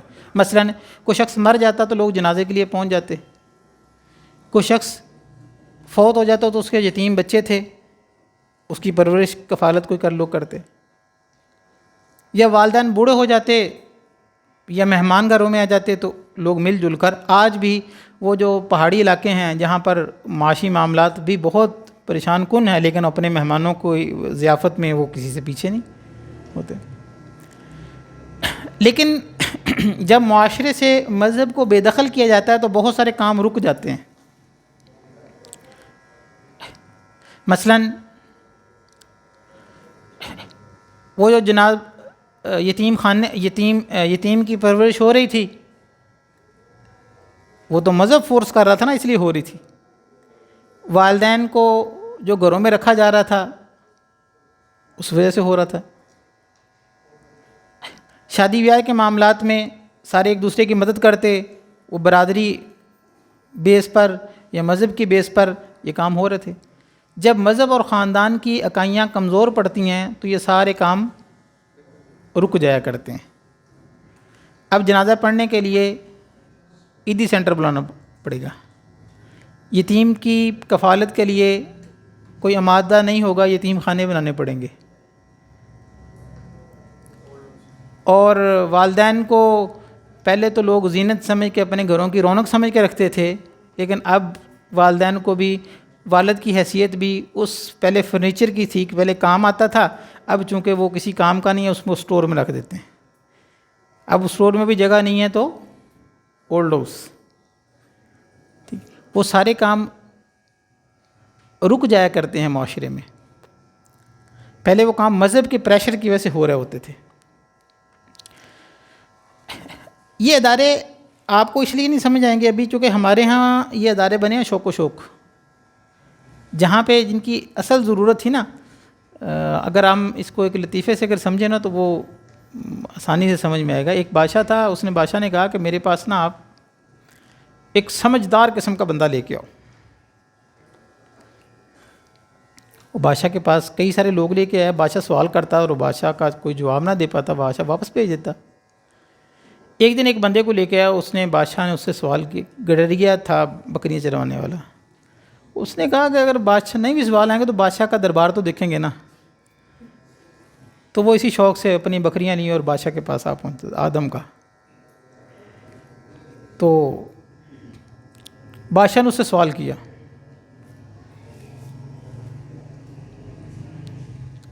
یوں اشارہ کیا بادشاہ نے. وہ کہنے لگا، بادشاہ نے اس کا ماتھا چوما، کیا غضب آدمی لے کے آئے ہو تو. بادشاہ نے ایک دوسرا اشارہ کیا، اس نے بادشاہ کو دھکا دیا اور تخت سے نیچے پھینک دیا. لوگوں نے کہا اب تو اس کی گردن گئی. بادشاہ اٹھا اور اس نے اس کا ماتھا چوما، کیا کمال آدمی لے کے آؤ یار تم، جاؤ اس کو نہلاؤ دہلاؤ اور اپنے شاہی مہمان خانوں میں ٹھہراؤ اور سارا کچھ. تو وزراء نے پوچھا کہ بادشاہ سلامت یہ سوال کیا تھا اور یہ جواب کیا تھا ہمیں تو. اس نے کہا میں نے اس کو کہا اس کائنات کی اہم ترین ہستی ایک ہے جسے اللہ کہتے ہیں، تو اس نے کہا کہ تم اللہ کو کیا جانتے تھے؟ اگر محمد رسول اللہ صلی اللہ علیہ وسلم تمہیں نہ بتاتے تو تم اللہ کو کبھی نہ جان پاتے. اس کائنات کی اہم ہستیاں محمد صلی اللہ علیہ وسلم بھی ہیں. تو اچھا، پھر میں نے اس کو کہا یہ دیکھو یہ سارے بندے نظر آ رہے ہیں، ان سب پہ حکومت میری چلتی ہے، ان سب پہ بادشاہی میری ہے. تو اس نے میری بے ادبی کی اور کہا ان الحکم الا للہ، حکم تو اللہ ہی کا چلتا ہے. تو یہ بڑا بندہ ذہین آدمی ہے. اچھا، تو یہی بات جا کے بادشاہ سلامت نے، جو بادشاہ نے تبصرہ کیا، جو وزیر تھے انہوں نے جا کے حضرت سے بھی، اس سے بھی پوچھا کہ چرواہے سے کہ حضرت آپ نے یہ جواب کہاں سے تلاش کیے اور اتنا ذہین ذہانت اور فراست آپ نے کس شیخ سے پڑھا اور کیا کیا اور اپنا. تو اس نے سوال کیا تھے؟ تو وہ کہنے لگا حضرت سوال کیا انہیں تھے؟ تمہارے بادشاہ نے کہا یہ تمہاری ایک بکری مجھے دے دو. میں نے کہا بادشاہ سلامت ایک بکری کیوں، آپ دو لے لیجیے. تو لیکن تمہارا بادشاہ نا بڑا بھوکھا آدمی تھا، وہ تو نہیں ساری بکریاں مجھے دے دو، یہ ساری بکریاں مجھے دے دو. تو میں نے اس کو دھکا دیا، دو دے دوں گا، ساری کوئی نہیں ملنے والی تمہیں بکریاں. تو میرے عزیز دوستو، اس وقت مغرب اور اسلام کا مکالمہ کچھ اس طرح کا ہے. ٹھیک ہے، مغرب نے جو ادارے بنائے ہیں نا، یتیم خانے، اولڈ ہاؤس اور بینکنگ اور دارالامان اور یہ دارالامان جیسے ادارے، مسلمان اخلاقی طور پر کبھی اتنی نچلی سطح پہ نہیں گئے تھے کہ ان کو اولڈ ہاؤس بنانے پڑیں. مسلمان اخلاقی طور پر کبھی اتنی گراوٹ کا شکار نہیں ہوئے کہ اپنی یتیموں کو اتنے دھکے پڑتے ہوں کہ ان کو یتیم خانے بنانے پڑتے ہوں. مسلمانوں میں اخلاقی طور پر کبھی اتنی زبوں حالی نہیں آئی تھی کہ ان کو اپنے مہمانوں کو کھلانے کے لیے ہوٹل بنانے پڑتے ہوں. ہماری 1400 سال کی تاریخ میں ہمارے علاقوں میں اتنی بے حسی کبھی نہیں آئی تھی کہ گھر کی بچیوں کو حفاظت کے لیے دارالامان بنانے پڑتے ہوں. اور مسلمان معاشرہ کبھی اتنی زبوں حالی کا شکار نہیں ہوا تھا. ہمارے مورخین، ہمارے کالم نگار لکھتے ہوئے بڑی شرمندگی سے لکھتے ہیں کہ حضرت عمر نے یہ کام بھی کروا دیا، وہ کام کرے، بس یتیم خانے نہیں ان سے بن سکے.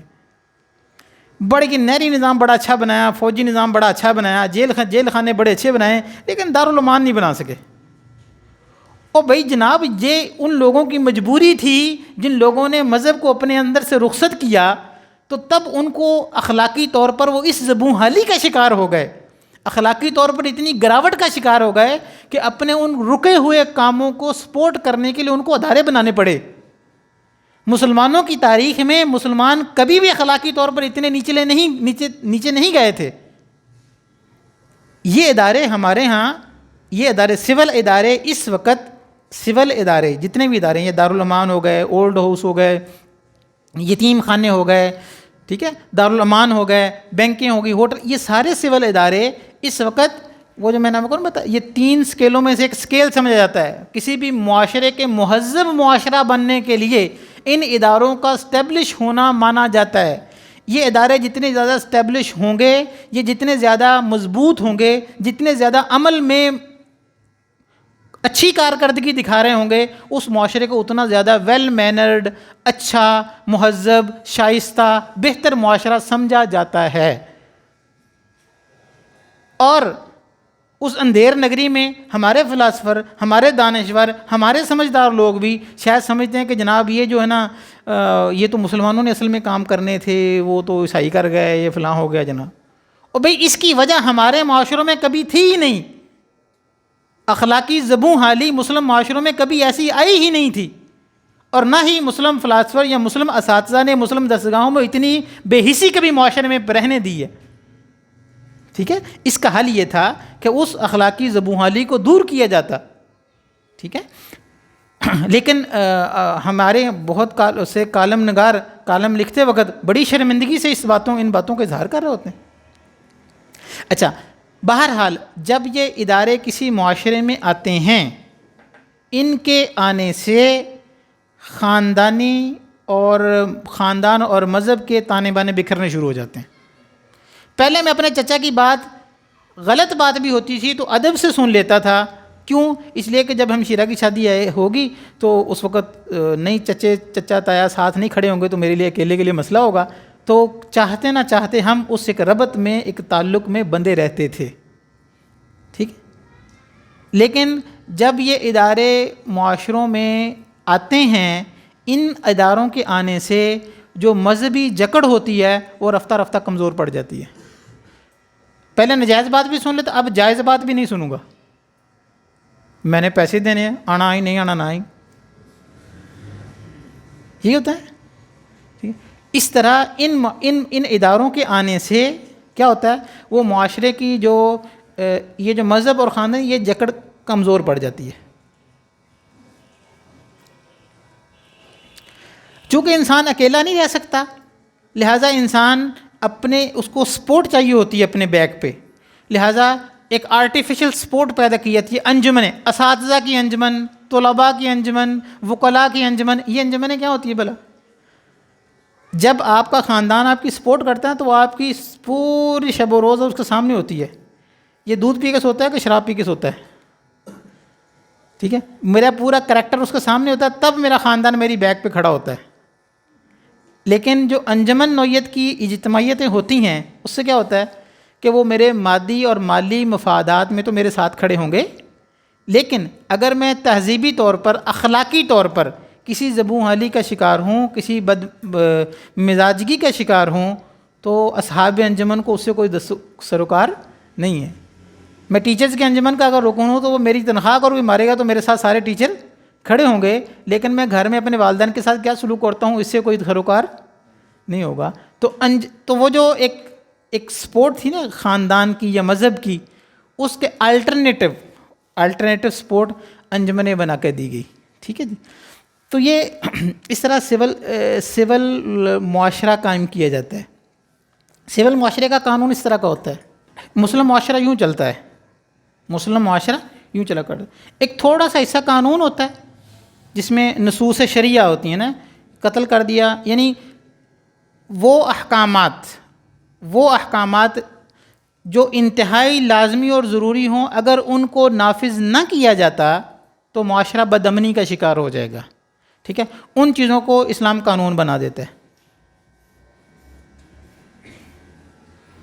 قرآن مجید کی کل آیات 6,500 کل آیات، احادیث کا مجموعہ بھی اتنا زیادہ نہیں، ان میں احکام کی آیتیں بھی 500. بہت تھوڑا سا حصہ ہے جو قانون ہے. ٹھیک ہے، اسلامی معاشرے میں بہت تھوڑا سا حصہ ہے جو قانون ہے. ٹھیک، باقی بہت بڑا حصہ جو ہے نا وہ قانون کے بغیر ہی کام کروا لیتے ہیں. اس میں اسٹیٹ انوالو نہیں ہوتی. والدین کا ادب و احترام، اس کے لیے کوئی قانون سازی نہیں ہوگی. کبھی بھی اسلامی اسٹیٹ میں کبھی بھی پولیس انوالو نہیں ہوگی والدین بچے کو سمجھانے کے لیے کہ والدین کا ادب کرو. اخلاقیات سے، اخلاقی پریشر سے، اخلاقیات کسے کہتے ہیں؟ جس کا تقاضا اور ڈیمانڈ کرنے والا معاشرہ ہو وہ اخلاق ہوتے ہیں. آداب میں اور اخلاق میں تھوڑا سا فرق ہے. آداب ہوتے ہیں، آداب کا تقاضا میں خود کروں. مثلا میں کسی ہوٹل پہ گیا تو میں شکایت کروں جا کے میرے لیے دروازہ کیوں نہیں کھولا. جس کا تقاضا فرد واحد کرتا ہے نا وہ ہوتا ہے ادب و آداب.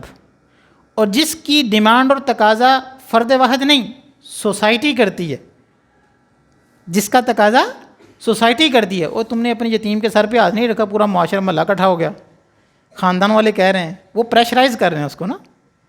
ٹھیک ہے، اس کا تقاضا فرد واحد نہیں معاشرہ کر رہا ہوتا ہے، وہ ہوتا ہے اخلاقیات. ٹھیک ہے، اور اخلاقیات کو ہوا کون دیتے ہیں؟ مذہب اور خاندان اخلاق کو کھڑا کرتے ہیں. ٹھیک، جن معاشروں سے مذہب مٹتا ہے یا خاندانی فضا ختم ہوتی ہے تو کیا ہوتا ہے، یہ اخلاقیات پر جتنے بھی کام ہو رہے ہوتے ہیں نا وہ رک جاتے ہیں سارے. وہ یتیم کی پرورش ہو، وہ بچیوں کی عصمت، بچیوں کی حفاظت ہو، وہ والدین کا ادب و احترام ہو، وہ کسی کا جنازہ پڑھنا ہو، وہ مریض کی عادت ہو، جتنے بھی اخلاقیات سے کام ہوتے ہیں نا وہ سارے رک جاتے ہیں. ان کاموں کو کرانے کے لیے پھر کیا کرتے ہیں معاشرے؟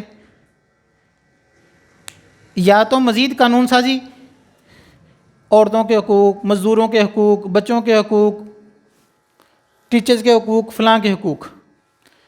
قانون بڑھتا بڑھتا بڑھتا بڑھتا، وہ اتنا قانون تھا نا، وہ بڑھتا بڑھتا بڑھتا اتنا سارا ہو جاتا ہے. اگر ادھر 4 کھڑکیاں پڑی ہیں، ادھر 50 میں کھڑکیاں رکھ دو، چوہے زیادہ نہیں پھنسیں گے؟ تو جتنا زیادہ بڑا قانون ہوتا ہے اتنا مجرم ذہنیت والا طبقہ زیادہ پیدا ہوتا ہے.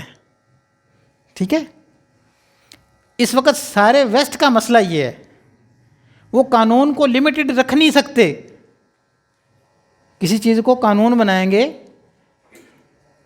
ان کی مجبوری ہے کہ قانون آئے روز بڑھتا سے بڑھتا جائے، حتیٰ کہ یہاں تک کہ قانون بنانا پڑے گا ایک کتا تیسری دفعہ بھونکا تو کرنٹ والا بٹن لگانا پڑے گا کتے کے گلے میں.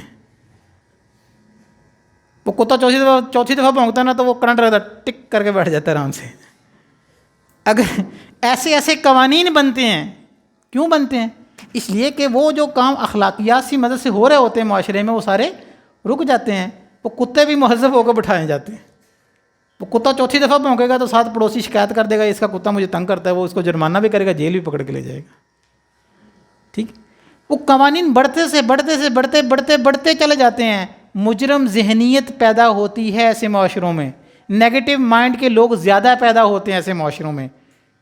ٹھیک ہے؟ یہ اس معاشرے کی مجبور ایسے ہوتے ہیں قانون، پھر بڑھتے جائیں. اچھا، باقی جو کچھ رہ جاتا ہے کام، پھر چھوٹے سے پھر ادارے کھڑے کرنے پڑتے ہیں. اولڈ ہاؤس بنا دیا، دارالعلوم بنا دیا، ہوٹل بنا دیا، فلاں بنا، ایسے. یہ ان علاقوں کی مجبوری ہے. اچھا، وہ اگر کسی چیز کو قانون بنانا چاہیں، قانون فرض حکم کہے گا تو قانون بنا نہیں سکتے. تو حکم کے لیے تو حاکم ماننا پڑے گا کہ نہیں اوپر؟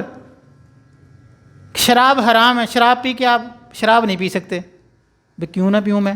نہیں، آپ نے چونکہ ڈرائیونگ کرنی ہوتی ہے اس وقت نہ پئیں، گھر میں بھی شک پی لیں. ٹھیک؟ ان علاقوں کے لیے مذہب کو چھوڑ کر انتہائی مصیبتوں اور پریشانیوں کا شکار ہوئے. اور ہماری کم علمی یہ ہے کہ ہم ان کو منارہ نور سمجھ کے دیکھ رہے ہیں. ٹھیک؟ ان کی پریشانیاں بھی ہمیں وہ ایک پریشانی میں مبتلا ہو کر ایک کام کر رہے ہیں، بخلا کر کے ایک کام کر رہے ہیں، اور ہم جناب وہ کہتے ہیں نہیں نہیں جناب کیا عالی شان کام کیا ہے. ٹھیک ہے؟ تو اپنی تہذیب اور روایات کی طرف دیکھیں.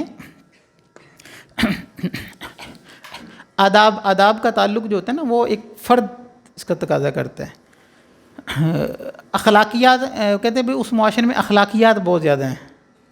یہ کہا جاتا ہے اخلاقیات نہیں، آداب، مینر، آداب. اخلاقیات کا تقاضا کرنے والا مذہب ہوتا ہے یا بھی خاندان ہوتا ہے، جو پیچھے افراد کا ایک گروہ کہے، افراد کا گروہ ایک ڈیمانڈ کر رہا ہو کہ جناب آپ ایسا نہ کرو.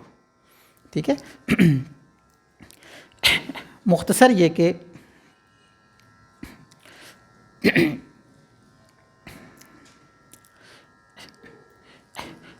اسلام نے معاشرے کی جو معاشرے کا باہمی ربط ہے، باہمی ربط، سول سوسائٹی میں باہمی ربط کے لیے جو چیز استعمال ہوتی ہے وہ ہوتی ہے کیپٹل یوز. میں ریپیٹ کر رہا ہوں یہ جملہ. معاشروں میں آپس کے تعلقات کے لیے جو گوند ہوگا، آپس کے تعلقات کی جو وجہ ہوگی، وہ کیا ہے؟ اس معاشرے میں، سول کلچر میں، سول سوسائٹی کون سی سوسائٹی ہوتی ہے؟ اور ہمارا معاشرہ نہ اس وقت پورا اسلامی ہے نہ پورا سول ہے. سب سے پہلے کیا یہ جاتا ہے، میں یہاں پر ایک نقشہ بنانے لگا ہوں، تھوڑا سا آپ کو وضاحت ہو جائے گی کہ یہ چکر چلا کون رہا ہے اور کیوں چل رہا ہے سارا چکر.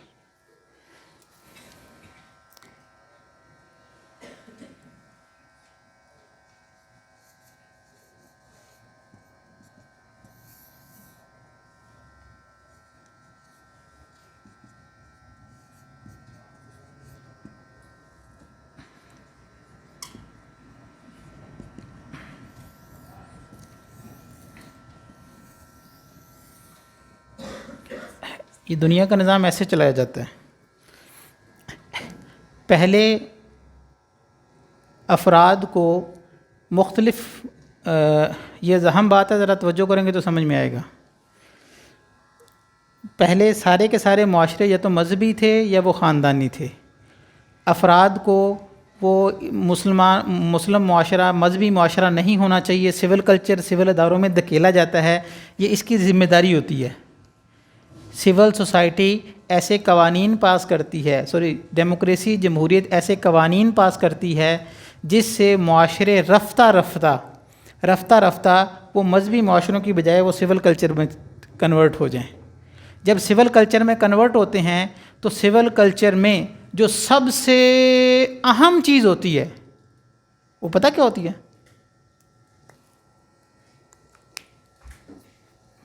کیپٹل۔ اس کے بغیر آپ کے سارے کام یہاں پہ رک جاتے ہیں، سرمایہ کے بغیر آپ کے سب کام رک جائیں گے، حتیٰ کہ اس معاشرے میں آپ کو عملی طور پہ محسوس ہوگا شاید خدا سے بھی زیادہ طاقتور نظر آئے گا پیسہ۔ اس معاشرے میں باہمی ربط کی جو فورس ہے نا وہ کیپٹل ہوتا ہے، پیسہ ہوتا ہے۔ جبکہ اس کے علاوہ کوئی اور معاشرے کا سٹرکچر ہے تو وہاں پر باہمی ربط جو ہے وہ تو مذہب کی بنیاد پر تھا، اخلاقیات کی بنیاد پر تھا، خاندانی رکھ رکھاؤ تھا، کچھ اور تھا، پیسہ نہیں تھا۔ پیسے کے علاوہ کوئی اور فورسز تھیں جو معاشرے کو چلا رہی تھیں، پیسے کے علاوہ کوئی اور فورسز تھیں جو معاشرے کو چلا رہی تھیں۔ لیکن اس معاشرے کو ایسا بنایا جاتا ہے کہ آپ نے شادی ہال میں جانا ہے، آپ نے ہوٹل میں جانا ہے، آپ نے کہیں پہ جانا ہے، درمیان میں جو کیپٹل ہے پیسہ وہ سب سے اہم ہوگا۔ حتیٰ کہ یہاں پہ ایک منٹ کے لیے ذرا رکیں، آپ مجھے بتا سکتے ہیں کہ علم کسے کہتے ہیں؟ علم کسے کہتے ہیں؟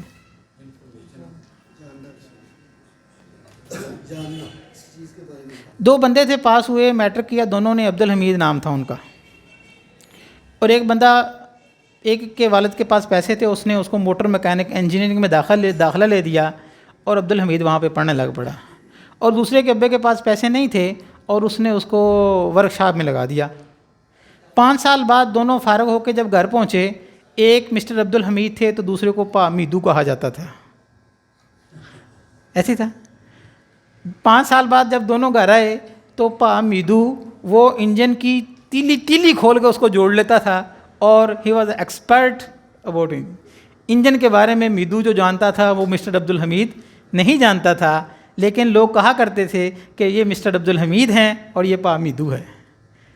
اپنے علم میں، کمال میں، انجن کو کھولنے اور جوڑنے میں مسٹر عبدالحمید اتنا کمال کا نہیں تھا جو پا میدو کرتا تھا، لیکن پا میدو کو لوگ کہتے تھے یہ پڑھ ہے اور مسٹر عبدالحمید پڑھا لکھا ہے۔ اب میں سوال دوبارہ آپ سے دہراتا ہوں کہ علم کسے کہتے ہیں؟ معاشرہ کن معلومات کو علم کہا کرتا ہے؟ معاشرہ کن معلومات کو علم ایکسیپٹ کرتا ہے؟ دیکھیں، معاشرے میں بہت ساری معلومات علم ہوا کرتی ہیں، معاشرے میں بہت ساری انفارمیشن ہوا کرتی ہیں، لیکن ایک معاشرہ کن معلومات کو، کس ٹائپ کی معلومات کو علم کہتا ہے وہ میں آپ کو بتا دیتا ہوں۔ دیکھیں، یہ مسلم معاشرہ ہے، ہندو معاشرہ ہے، سکھ معاشرہ ہے۔ مسلمانوں کے نزدیک سب سے اہم کیا ہے؟ اللہ، رسول، قرآن، بھگوان۔ ان کے نزدیک، ہندوؤں کے نزدیک سب سے اہم کیا ہے؟ بھگوان، وید، فلاں فلاں، ٹھیک۔ سکھوں کے نزدیک سب سے اہم کیا ہے؟ اس معاشرے کے جو سب سے اہم کریکٹر ہوتے ہیں نا، اس کے بارے میں معلومات کو وہ لوگ علم کہا کرتے ہیں۔ ہندوؤں کا عالم کون ہوگا؟ جو پنڈت ان کی اہم ترین چیز بھگوان، گیتا، اس کو جانتا ہوگا۔ یہاں کا عالم کون ہوگا؟ جو گرو نانک اور اس کے گرنتھ کو زیادہ جانتا ہے۔ یہاں کا عالم کون ہوگا؟ جو قرآن حدیث کو جانتا ہوگا۔ اچھا، اگر یہاں کا عالم اٹھ کر ادھر آ جائے تو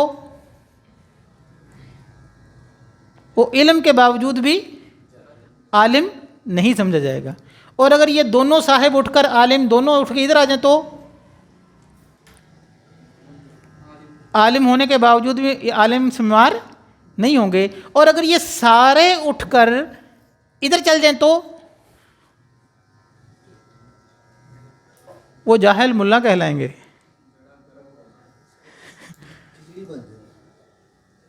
نہیں جی, بالکل کلیئر کھچڑی ہے.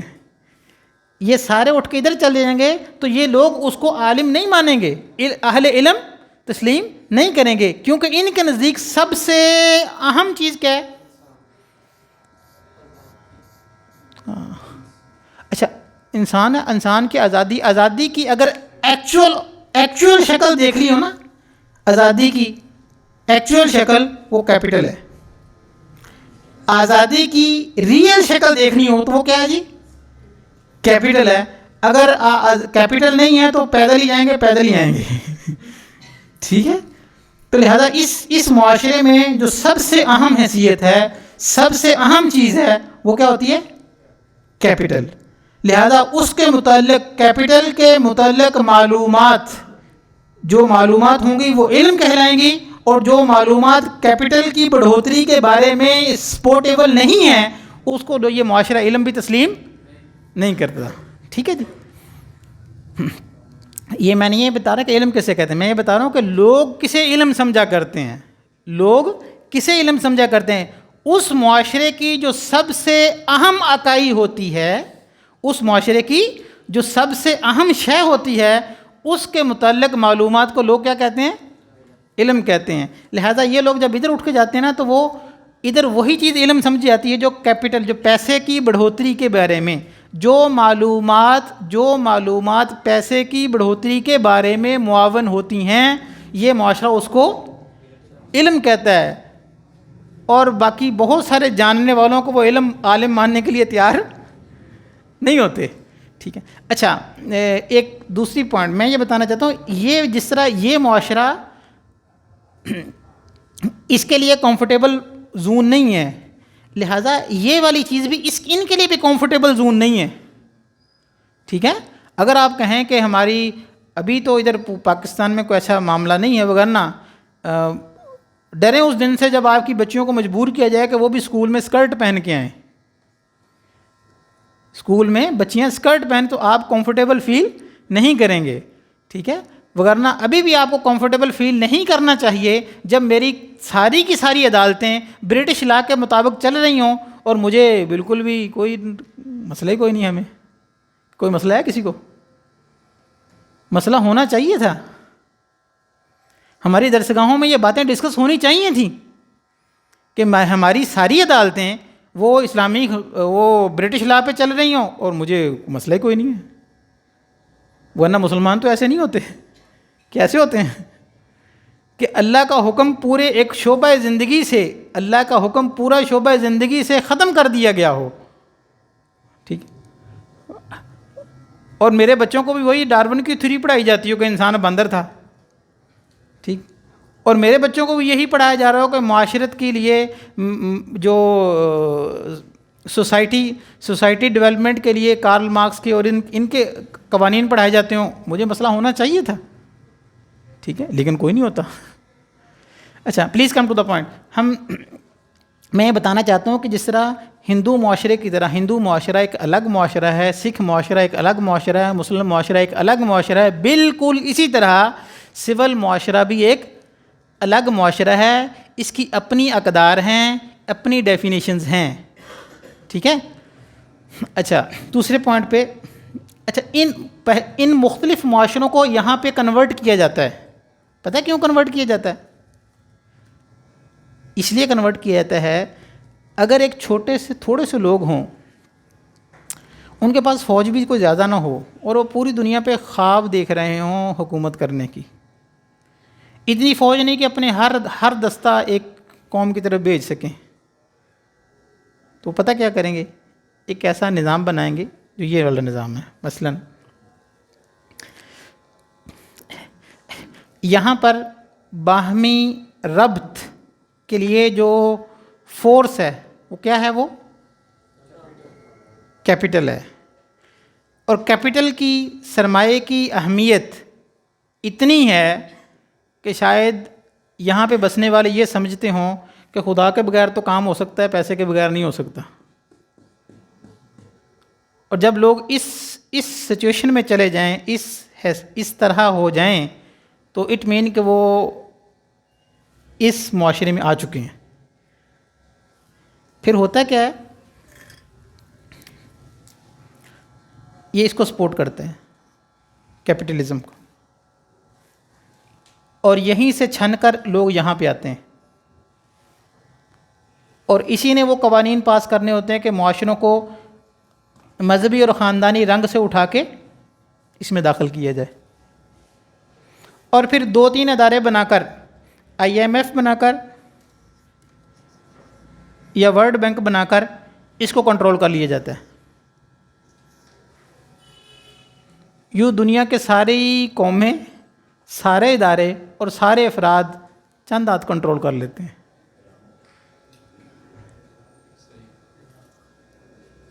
میں ایک نظر دوبارہ آپ کو دکھاتا ہوں،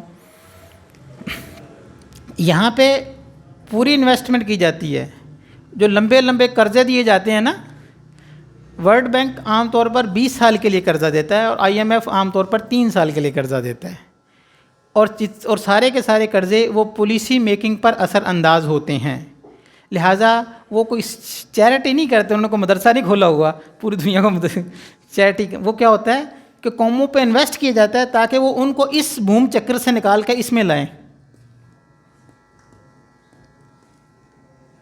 جہاں پہ ادارے کھڑے کیے جاتے ہیں تاکہ وہ ان چکروں سے نکل کر اس میں آ جائیں۔ جب وہ اس چکر میں آ گئے نا، پھر اب ان کو کنٹرول کرنا آسان ہوتا ہے، کیونکہ ان کے نزدیک سب سے اہم چیز کیا ہے؟ کیپٹل ہے۔ جب وہ اس بات پہ آ جائیں کیسا خدا کیسا نبی، پیسہ خدا اور پیسہ ہی نبی، تو پھر ان کو کنٹرول کرنا آسان ہوتا ہے۔ کیپٹل کو جب سب سے اہم چیز سمجھتے ہیں تو ان کو کنٹرول کرنا IMF کے ذریعے، ورلڈ بینک کے ذریعے آسان ہوتا ہے۔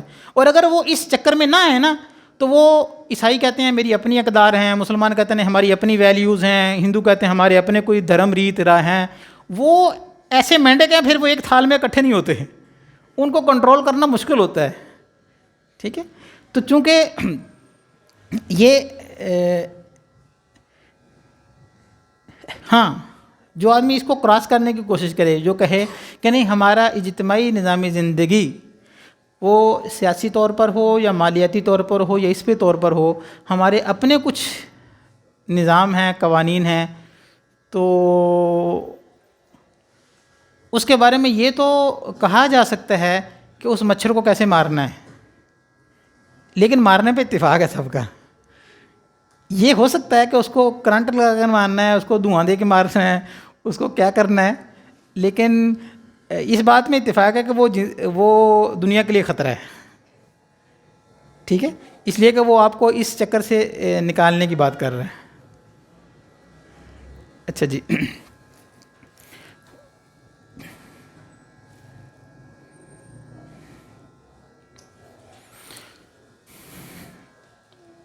اس کے حوالے سے کسی نے کوئی چیز پوچھنی ہو؟ کلیئر ہے جی بات؟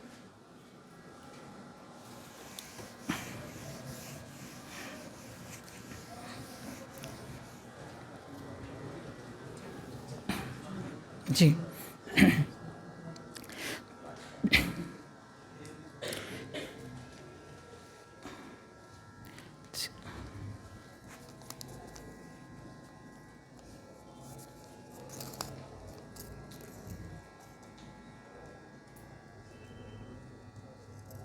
یہ رہنے نہیں دیں سوال، میرے خیال میں صرف اصول سمجھ لیں ہم، یہ نہ کسی نے پوچھا ہے کہ اسلامی جمہوریت اور دوسری جمہوریت کے بارے میں کیا فرق ہے جی، اس طرح کی۔ میرا سوال حضرت صرف آپ سے یہ ہے، کیا ہمارے بچوں کے ذہن میں یہ بات واضح نہیں ہونی چاہیے تھی؟ اسلام کا تصور ریاست وہ جیسا بھی ہے، ٹھیک ہے، کیا وہ درسگاہوں کا موضوع ہم یہ سمجھ، جب بھی اس طرح کی گفتگو کی جاتی ہے نا، تو لوگ فوراً ان علماء کی طرف بندوقوں کا رخ کر لیتے ہیں جو پارلیمنٹ میں گئے ہوتے ہیں، ٹھیک ہے۔ میں یہ سمجھتا ہوں کہ یہ مسائل درسگاہ کے مسائل ہیں،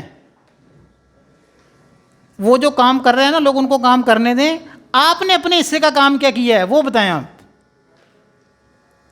ہمارے حصے میں یہ آیا تھا کہ میرے بچوں کو پتہ ہوتا اسلامی معاشی نظام کا اور کیپٹلزم کے اصول اور ضابطے کا فرق کیا ہے، کہ ہماری معیشت وہ جن اصولوں پہ کھڑی ہے، کہ کیپٹلزم کن اصولوں پہ کھڑا ہے، اس کو ڈسکس کرنا یہ کس نے ڈسکس کرنا تھا؟ کیا یہ درسگاہوں کی ذمہ داری نہیں تھی؟ ریاست کے تصور کے حوالے سے اسلامی نظام، شورائی نظام یا خلافت کا نظام وہ ایک ایسی اجنبی چیز بن چکی ہے کہ جناب پڑھے لکھے لوگ بھی اس پہ گفتگو کرنے کو ضروری خیال نہیں کرتے۔ کیا یہ ہماری درسگاہوں میں ڈسکس نہیں ہونے چاہیے تھے؟ دیکھیں، میں کوئی خیر کا کام کر سکوں یا نہ کر سکوں، البتہ اتنا اختیار مجھ میں ہے کہ میں وہ سوچ اور فکر آگے ٹرانسفر تو کر سکوں کہ نا۔ ہماری کون سی ایسی درسگاہیں ہیں، ٹھیک ہے، جب پاکستان آزاد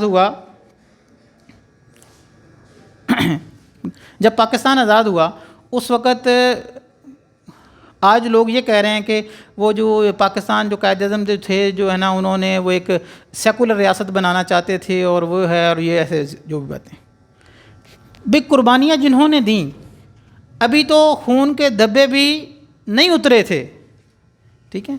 سوال ان درسگاہوں سے ہے کہ جن درسگاہوں نے ان موضوعات کو اپنا موضوع بحث نہیں بنایا۔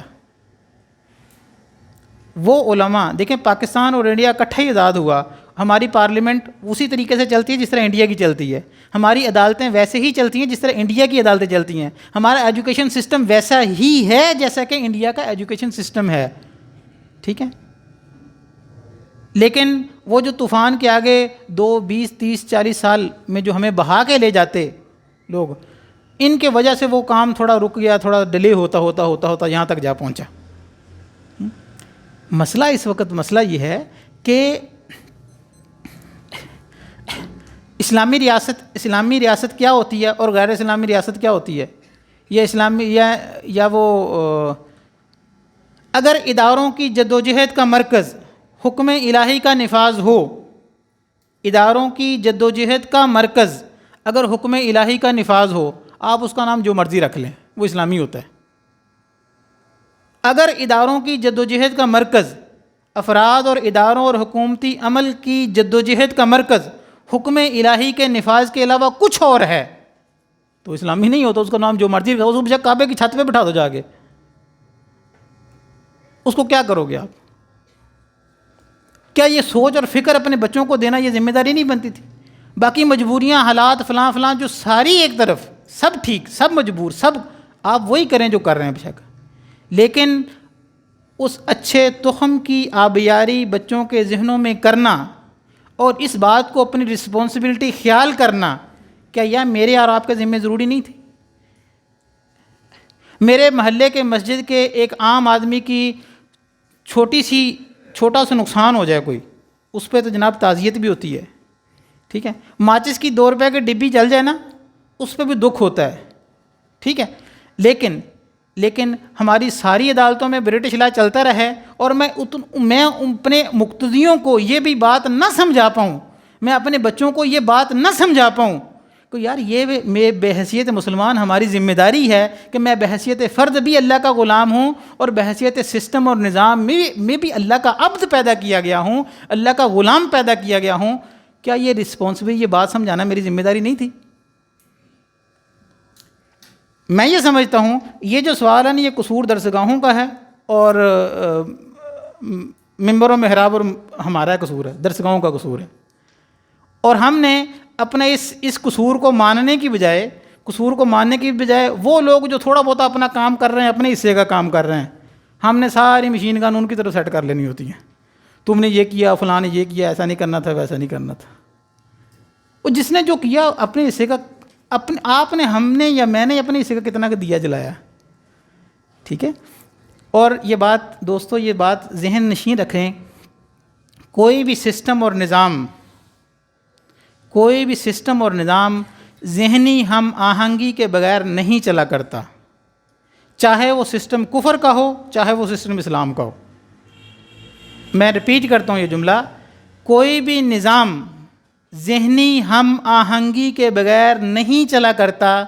نظام اور لوگوں کی سوچ اور فکر یہ لٹو اور لٹو کے نیچے وہ نہیں ہوتی ہے کہ چھوٹی سی میخ پن، ایسی ہوتی ہے.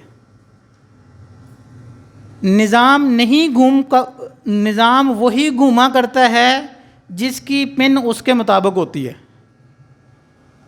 افراد کی دماغی حالت، سوچ، فکر اور خیالات وہ تو اہل مدارس درسگاہوں کے پاس تھی. ٹھیک. اگر آپ نظام بد کے لیے کمپیٹیبل ایک راست متناسب ذہنیت نہیں پیدا کریں گے تو کوئی بھی نظام نہیں چل سکتا. مسئلہ یہ ہے، اور شاید کہ آپ کو اندازہ نہ ہو، آپ کے ایٹمی اثاثوں سے زیادہ آپ کی درسگاہوں پہ خرچ ہوتا ہے. کفر کی انویسٹمنٹ آپ کی درسگاہوں پہ زیادہ ہے آپ کی ایٹمی اثاثوں سے بھی. آپ ویسے سمجھ رہے ہیں کہ آپ کو ویسے لیپ ٹاپ مل جاتے ہیں، ایسے ہی مل جاتے ہیں جناب، ٹھیک ہے. لیکن پھر بھی جو ایک کچے دھاگے کا رابطہ جو مسجد کی طرف، علماء کی طرف لوگوں کا ہے، وہ میں سمجھتا ہوں یہ ہماری ذمہ داری ہے. کوئی بھی راست نظام، یا آپ کہہ لو کفر کا نظام بھی شک کہہ لو، وہ ذہنی حالت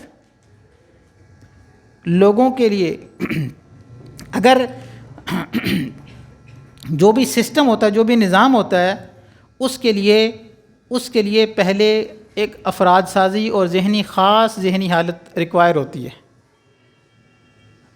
اگر آپ اس حقیقت کو اگر آپ قرآن کے آئینے میں دیکھیں تو اللہ تعالیٰ نے اقرأ بسم ربک الذی خلق کی آیت کو اتفاقی طور پہ پہلے نہیں ڈالا کہ کوئی تو آیت آنی تھی چلو آئی پہلے دے. ایسا نہیں ہے. یہ پری پلان ہے.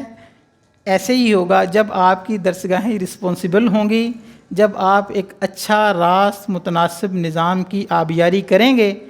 ایسا ممکن نہیں ہے کہ وہ 20 30 25 سال بعد اس کی آپ تبدیلی نہ دیکھیں. اور دوسرا یہ کہ موضوع اپنے اس سے ہٹ جائے گی بات. مختصر میں یہی عرض کرنا چاہتا ہوں کہ ان مباحث کو خاص طور پر سنجیدہ طبقے میں، خاص طور پر وہ بچے خامسہ سے اوپر والے بچے، ان کو تو لازمی طور پہ سمجھنا چاہیے ان چیزوں کو. اس میں مختصراً میں یہی عرض کر دیتا ہوں کہ لبرل اسٹیٹ میں اس مسلمانوں کو ریاست کیوں چاہیے ہوتی ہے؟ مسلمان کو ریاست کیوں چاہیے؟ حکم الہی کے نفاذ کے لیے. اور کیوں چاہیے اس کو؟ اگر اداروں کی جدوجہد کا مرکز اس کے علاوہ کوئی اور ہے، ٹھیک ہے جی. دیکھیں، جہاد اور تبلیغ یہ دو الگ الگ چیزیں نہیں ہیں. اسلام کی ابتدائی کوشش کا نام تبلیغ ہے اور تکمیلی کوشش کا نام جہاد ہے. جہاد کی بھی آگے قرآن نے کبھی جہاد کہا اور کبھی قتال کہا. قتال کے الگ سے فضائل بیان کیے گئے. اور جہاد کا مطلب ہی یہ ہے کہ اس سسٹم اور نظام کے لیے راست متناسب ذہنیت اور نظام، اور اس میں آپ اپنے قلم کو، اقتدار کو، وجاہت کو، پیسے کو، جیسا بھی آپ استعمال کرتے ہیں حکم الہی کے نفاذ کے لیے. اللہ کے دین کی سربلندی کے لیے جو ابتدائی کوشش تھی اس کو تبلیغ کہا گیا ہے، اور جو اس کی تکمیلی کوشش ہے اس کو جہاد کہا گیا ہے. آخری بات میں یہ عرض کرنا یہ چاہوں گا، اس پورے نظام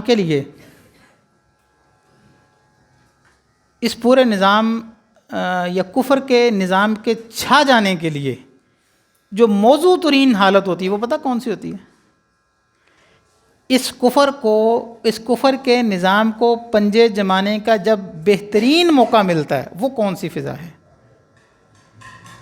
کیونکہ جس سرزمین پر اس نے سب سے پہلے قدم رکھا وہ فرانس تھی. ٹھیک ہے.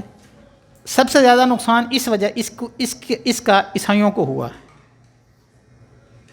وہاں کی جو اس وقت حالت تھی، ٹھیک ہے، اسی طرح کے ماحول میں، اسی طرح کے حالات میں اس وقت کے کفر کو پنپنے کا موقع ملتا ہے. وہ موقع ہے جی جب لوگ باہمی طور پر جزوی مسائل میں آپس میں دست و گریبان ہوں. اس کفر کے لیے موزوں ترین صورتحال، اس کفر کے لیے، اس کفر کے پودے کو جنم لینے کے لیے موزوں ترین صورتحال ہوئی ہے کہ جب اہل مذہب اپنے جزوی مسائل میں باہمی طور پر دست و گریبان ہوں گے تو سیکولرزم کو، لبرلزم کو، ہیومنزم کو، جناب جو اس نے 10 سال میں بڑھنا تھا 5 دنوں میں بڑھے گا. اور یہ میری بات نہیں، یہ ان معاشروں میں جہاں پہ اس پودے نے ٹھیک ٹھاک اثر دکھایا ہے وہاں کی حالات ایسے ہی تھے. ٹھیک ہے، وگرنہ اس مسلمہ کفر کو کوئی بھی ایکسیپٹ نہیں کرنے والا کہ جو شخص یہ کہہ رہا ہو کہ انسان اپنے سے ماورا کسی اور سے رہنمائی نہیں لے گا، انسان خود رہنمائی، خود ہی رہنمائی ہے وہ. ٹھیک ہے، جب آپ اپنے جزوی مسائل میں الجھے ہوئے ہوں گے تو یہ اپنا کام دکھا کے جائے گا. ٹھیک ہے جی. اور دوسری بات کہ جب آپ نے ایک لفظ سنا ہوگا تبلیغ مذہب، سنا کبھی لفظ؟ یہ تبلیغ دین ہوتا ہے لفظ. دین میں کچھ چیزیں ایسی ہیں، دین مبین میں کچھ ایسی ہیں جن کی تبلیغ جائز ہے، اور دین میں کچھ حصہ ایسا ہے جس پہ عمل تو ہو سکتا ہے، تعلیم اس کی ہو سکتی ہے، تبلیغ نہیں ہو سکتی. اور دین کا ہی کچھ حصہ ایسا ہے کہ جس پر عمل ہو سکتا ہے لیکن درسگاہوں میں نہ تو اس کی تعلیم جائز ہے اور نہ اس کی تبلیغ جائز ہے، بلکہ اگر کوئی اس کی تبلیغ یا تعلیم کرے گا تو وہ حرام کا مرتکب ہوگا. میں ریپیٹ کرتا ہوں دوبارہ کہ دین مبین کے ایک حصہ ایسا ہے جس کی تبلیغ کریں گے، تعلیم بھی دیں گے، اور دین کا کچھ حصہ ایسا ہے جس کی تبلیغ بھی کریں گے اور تعلیم بھی دیں گے، اور ایک حصہ ایسا ہے کہ جس کی نہ تو تبلیغ جائز ہے نہ ہی اس کی تعلیم جائز ہے. ہاں کوئی عمل کرنا چاہے تو عمل ہو سکتا ہے، ہاں اگر کوئی اس کی تبلیغ کرنی شروع کر دے تو وہ حرام کا مرتکب ہوگا. نمبر 1، دین میں شریعت مطہرہ میں تبلیغ صرف اور صرف پبلک پلیس پہ جو چیزیں ڈسکس ہوں گی وہ دین ہے. تبلیغ صرف اور صرف دین کی ہو سکتی ہے. دین کسے کہتے ہیں؟ شاہ ولی اللہ محدث دہلوی رحمۃ اللہ لکھتے ہیں احیاء العلوم میں کہ اخلاقیات اور بنیادی عقائد. نصوص شریعہ میں توحید، رسالت، آخرت، بنیادی عقائد اور اخلاقیات، عدل، انصاف، ظلم نہ کرنا، اخلاقیات، یہ وہ کامن تھیوریز ہوتی ہیں جس میں کبھی بھی کسی کا کوئی اختلاف نہیں ہوتا. لہٰذا وہ کہتے ہیں یہ دین ہے، بنیادی عقائد اور اخلاقیات. اس کی تبلیغ کریں گے، پبلک پلیس پر اس کو ڈسکس کریں گے، عام مجموعوں میں، عوامی مجموعوں میں اس کی تبلیغ کریں گے مختلف مثالوں کے ساتھ، ایگزامپلس کے ساتھ، تاکہ یہ بات منہوں سے دلوں تک اتر جائے. تبلیغ کریں گے. ہاں نمبر 2، تعلیم. جو میرے پاس تفصیل سے دین سیکھنے آیا تو اس کے لیے میں درسگاہوں میں وہ جو علماء کے باہمی مسائل، مختلفی مسائل ہیں وہ درسگاہوں میں ڈسکس ہوں گے، ممبر پر نہیں، درسگاہوں میں ڈسکس کیے جائیں گے، تاکہ دیکھیں، تاکہ علماء کا اختلاف ہمیشہ وہیں پہ ہوگا نا. یا تو شارع کی طرف سے، قرآن و سنت کی طرف سے ایک بات کو 2 3 4 طریقوں سے بیان کر دیا گیا، یا پھر اس کے بارے میں شریعت نے پیچھے خاموشی اختیار کی اور علماء نے غور و فکر کے نتیجے میں، ایک غور و فکر کے نتیجے میں ایک راستہ سامنے آیا، دوسری غور و فکر کے نتیجے میں دوسرا راستہ سامنے آیا، تیسری غور و فکر کے نتیجے میں تیسرا راستہ سامنے آیا. جو تفصیل سے میرے پاس پڑھنے کے لیے آئے گا میں اس کو دوسرا، تیسرا، چوتھا راستہ بھی پڑھاؤں گا کہ امت چلتے چلتے چلتے کسی بند گلی میں داخل ہو جائے تو اس کے الٹرنیٹو دوسرا اور تیسرا راستہ بھی موجود ہو. اگر نبی پاک صلی اللہ علیہ وسلم جوتا پہن کے نماز نہ پڑھتے تو کارگل کے پہاڑوں پہ کھڑے ہونے والے لوگ کیسے نماز پڑھتے ہیں؟ ٹھیک. اور یہ احادیث ہمیں بخاری مسلم سے ملتی ہیں. چونکہ دین مبین وہ ایک خاص خطے کے لیے نہیں آیا کہ گرم علاقے کے لیے ہو، ٹھنڈے علاقوں کے لیے یہ دین نہ ہو. چونکہ محمد صلی اللہ علیہ وسلم جو دین لے کر آئے وہ تمام علاقوں کے لیے دین بن کر آیا ہے. ٹھیک ہے، مختلف مزاج لوگوں کے لیے دین بن کر آیا ہے، مختلف طبائع کے لیے، مختلف موسمی حالات کے علاقوں کے لیے دین بن کر آیا. لہذا اس کے اندر اتنی فلیکسیبلٹی موجود ہے اور وہ شارع کی طرف سے رکھی گئی ہے. ٹھیک ہے، وہ اگر 2+2=4 کی طرح ہر حکم کلیئر ہو جاتا نا تو سارے گرم علاقے والے دین پہ عمل کر سکتے، پھر ٹھنڈے علاقے والے تو مارے گئے تھے. یا خشک علاقوں میں تو رہنے والے عمل کرتے، دریاؤں کے کنارے والے تو. یہ دین تمام امت پوری دنیا کے لیے دین بن کر آیا. لہٰذا کچھ احکامات کے بارے میں شریعت نے خاموشی اختیار کی تاکہ اس پہ بارے میں غور و فکر کر کے علماء 2 3 4 آراء کی طرف چلے جائیں. ٹھیک ہے، وہ درسگاہوں میں ڈسکس کیے جائیں گے تاکہ ایک پر عمل اگر نہ ہو رہا ہو تو دوسرے کی راستے موجود ہوں. تیسری چیز جو سب سے خطرناک ہے جس پہ عمل ہو سکتا ہے، نہ اس کی تبلیغ ہو سکتی ہے نہ اس کی تعلیم دی جا سکتی ہے، وہ ہیں جی ذوق. میں اس طرح کی ٹوپی پہنتا ہوں.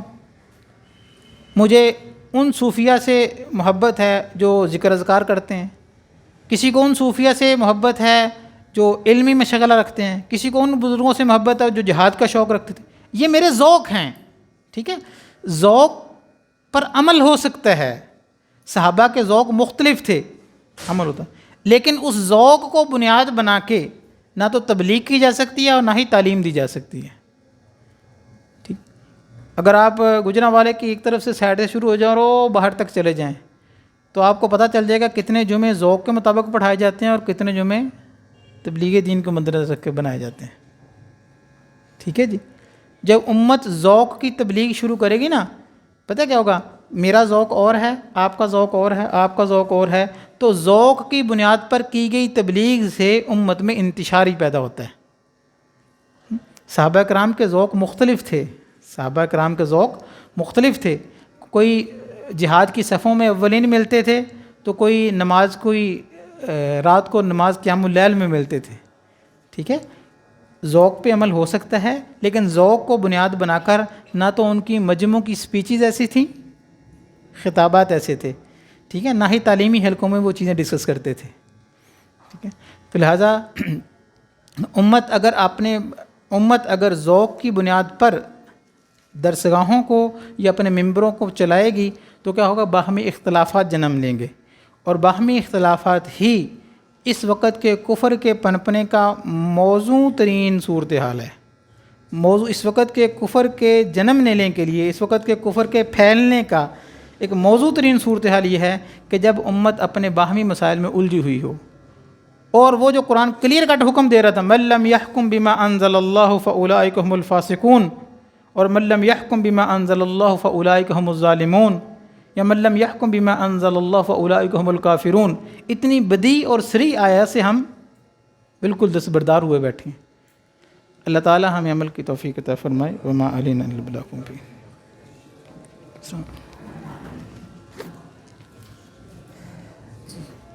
اس حوالے سے کوئی چیز کسی نے پوچھنی ہو تو بے شک.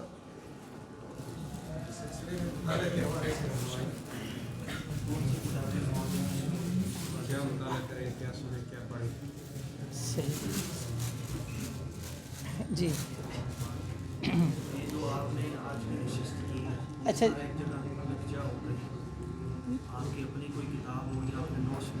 ہاں جی، ہاں، اس پہ میری اپنی کتاب ہے تعارف تہذیب مغرب اور فلسفہ جدید.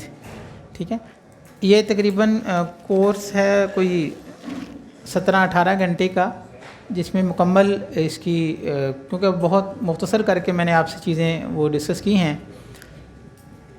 ایک تو نیٹ پہ کتاب موجود ہے، پروفیسر مفتی محمد احمد لکھیں گے تو تعارف تہذیب مغرب کتاب آ جائے گی، وہ ڈاؤن لوڈ کی جا سکتی ہے. دوسرا ہے کہ ان عنوانات پہ میں نے مستقل لیکچرز دے کے ایک چینل ہے، وہاں پہ میں نے ان کو رکھ دیا ہے. اگر کوئی ڈیٹیل دیکھنا چاہے ڈیموکریسی کے حوالے سے، سرمایہ داری نظام کے حوالے سے، آزادی اور مساوات کے حوالے سے جو مکمل ڈیٹیلز ہیں وہ میں نے لیکچرز کی صورت میں ریکارڈ کروائے ہیں، وہ دیکھ لیں. اچھا، جی مفتی محمد احمد. اچھا جی مفتی محمد احمد. اور اس کا نا ایک سائیڈ ایفیکٹ ہوتا ہے اس مضمون کا. اس کا نا جس طرح ایک کچھ چیزوں کو سائیڈ ایفیکٹ ہوتے ہیں نا، اس کا بھی ایک سائیڈ ایفیکٹ ہے. وہ ایک سائیڈ ایفیکٹ یہ ہے جس سے میری کوشش ہوتی ہے کہ میں اپنے دوست احباب کو یہ پڑھانے کے بعد نا ضرور اس کی نصیحت کروں. وہ یہ ہے کہ ہم ان چیزوں کو ڈسکس کرنے سے پہلے کسی اور طریقے سے دیکھ رہے تھے. آزادی کے مفہوم کو، مساوات کے مفہوم کو، ہیومنزم کو، ہیومن رائٹس کو. ایسی ہے نا؟ تو وہ علماء کرام جن کو جو نادانستگی میں مغرب کی ہم نوائی میں 2-4 جملے کہہ دیتے ہیں، ٹھیک ہے، تو ان کے بارے میں بدتمیزی والا رویہ اختیار کرنا یہ مناسب نہیں ہے. ٹھیک ہے، دیکھیں ہمارے پاس جو کچھ بھی دین کی شکل پہنچی ہے وہ علماء کے مبارک قدموں کی وجہ سے پہنچی ہے. ٹھیک ہے نا؟ اور علماء اس وقت جب بھی علماء سے بدظن کرنا عوام کو یا خود بدظن ہونا پورے مغرب کا یا اس وقت کے کفر کا اتنا نقصان نہیں ہے جتنا کہ علماء سے متنفر ہونا یا علماء سے متنفر کرنے والی فضا کے لیے معاون بننا. اس سے جو امت کے ایمان کا بیڑا غرق ہوتا ہے نا، پورا کفر میں مل کے اتنا بیڑا غرق نہیں کرے گا. میں اس بات کو دہرانا چاہتا ہوں کہ ہزاروں کمیوں کوتاہیوں کے باوجود، ٹھیک ہے، دین کا جو نقشہ، جو حلیہ یا جو دین ہم تک پہنچا ہے، ٹھیک ہے، وہ علماء کے ذریعے ہی پہنچا ہے. ٹھیک، اس وقت کا سارا کفر بھی مل کر آپ کا اتنا نقصان نہیں کر پائے گا جتنا کہ علماء سے متنفر ہونا آپ کا نقصان کر دے گا.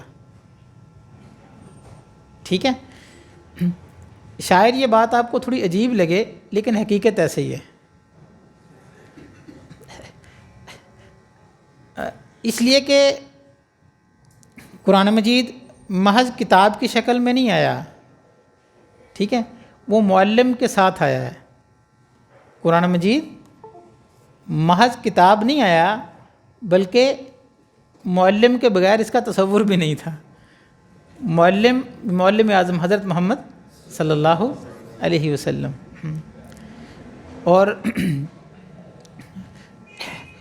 اور کئی دفعہ کچھ چیزیں بندے کو نئی پتہ چلتی ہیں نا، تو اس سے ہوتا ہے کہ نہیں بھی وہ فلاں علماء نے تو یہ کر دیا جناب، ان کو تو پتہ ہی نہیں تھا، ہیومن رائٹس کا پتہ نہیں تھا، ایسے نہیں تھا، ویسے نہیں تھا. ٹھیک ہے، تو ایسی چیزیں ایک دفعہ اگر ڈسکس کر لی جائیں تو بہرحال اخلاص والے لوگ، مخلصین، وہ ہدایت کے چراغ ہوتے ہیں. مخلص لوگ ہدایت کے چراغ ہوتے ہیں. تو اخلاص کی ایک بڑی کوالٹی ہے اپنا. اس لیے ہاں، اس فن کے اعتبار سے کوئی چیز آپ پوچھنا چاہتے ہوں، کیونکہ میں نے کچھ چیزیں اسکپ کر دی تھیں آپ کے. جی ٹھیک ہے جی، تو سبحان اللہ.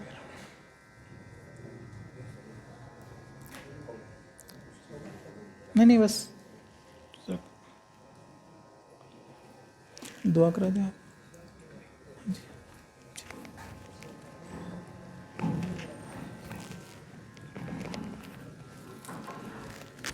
استاد جی فضل حادی صاحب کو دعوت دیتا ہوں ہمارے آنے والے مہمان کو مخصوص انداز میں خوش آمدید کہیں.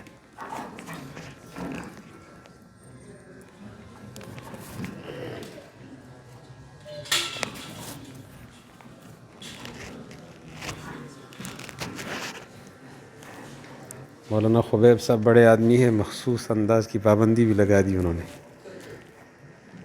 تو مخصوص انداز آپ کے سامنے مولانا شیراز صاحب اور حماد ارشد صاحب، اللہ تعالیٰ ان کے شر سے امت کی حفاظت فرمائے، خیر سے پوری امت کو مستفید فرمائے. بحر وافر پر یہ شعر آپ کی خدمت میں حضرت مہمان مکرم کی نظر. محمد احمد الشیخ النبیل جزاہ اللہ مولانا الجلیل، فشکراً ایہا الضیف الکریم یہاں کریمو کا لفظ سخی کے معنی میں، اور یقیناً حضرت نے سخاوت کا پورا ثبوت دیا ہے۔ جو لیکچر تیار فرمائے ہیں وہ PDF کی شکل میں بھی، پاور پوائنٹ کی شکل میں بھی حضرت نے پہلے سے بھیجے، اور یہ یقیناً بڑی سخاوت ہے۔ وَأَكْرَمَكَ الْمُهَيْمِنُ يَا عَقِيلُ۔ اور حضرت کے درس کے دوران ایک لطیفہ یاد آیا۔ ہمارے سرکاری ریکارڈ میں امام اہل سنہ مولانا سرفراز خان صفدر رحمۃ اللہ علیہ کے بارے میں جو تحریر ہے، میں نے حضرت قارن صاحب سے وہ سنی تھی، اور حضرت مولانا عبید اللہ عامر صاحب کو بھی یہ معلوم ہوگی۔ ان کا نام لکھا ہے محمد سرفراز خان صفدر، ولد نور احمد خان، فاضل دیوبند، تعلیم ان پڑھ۔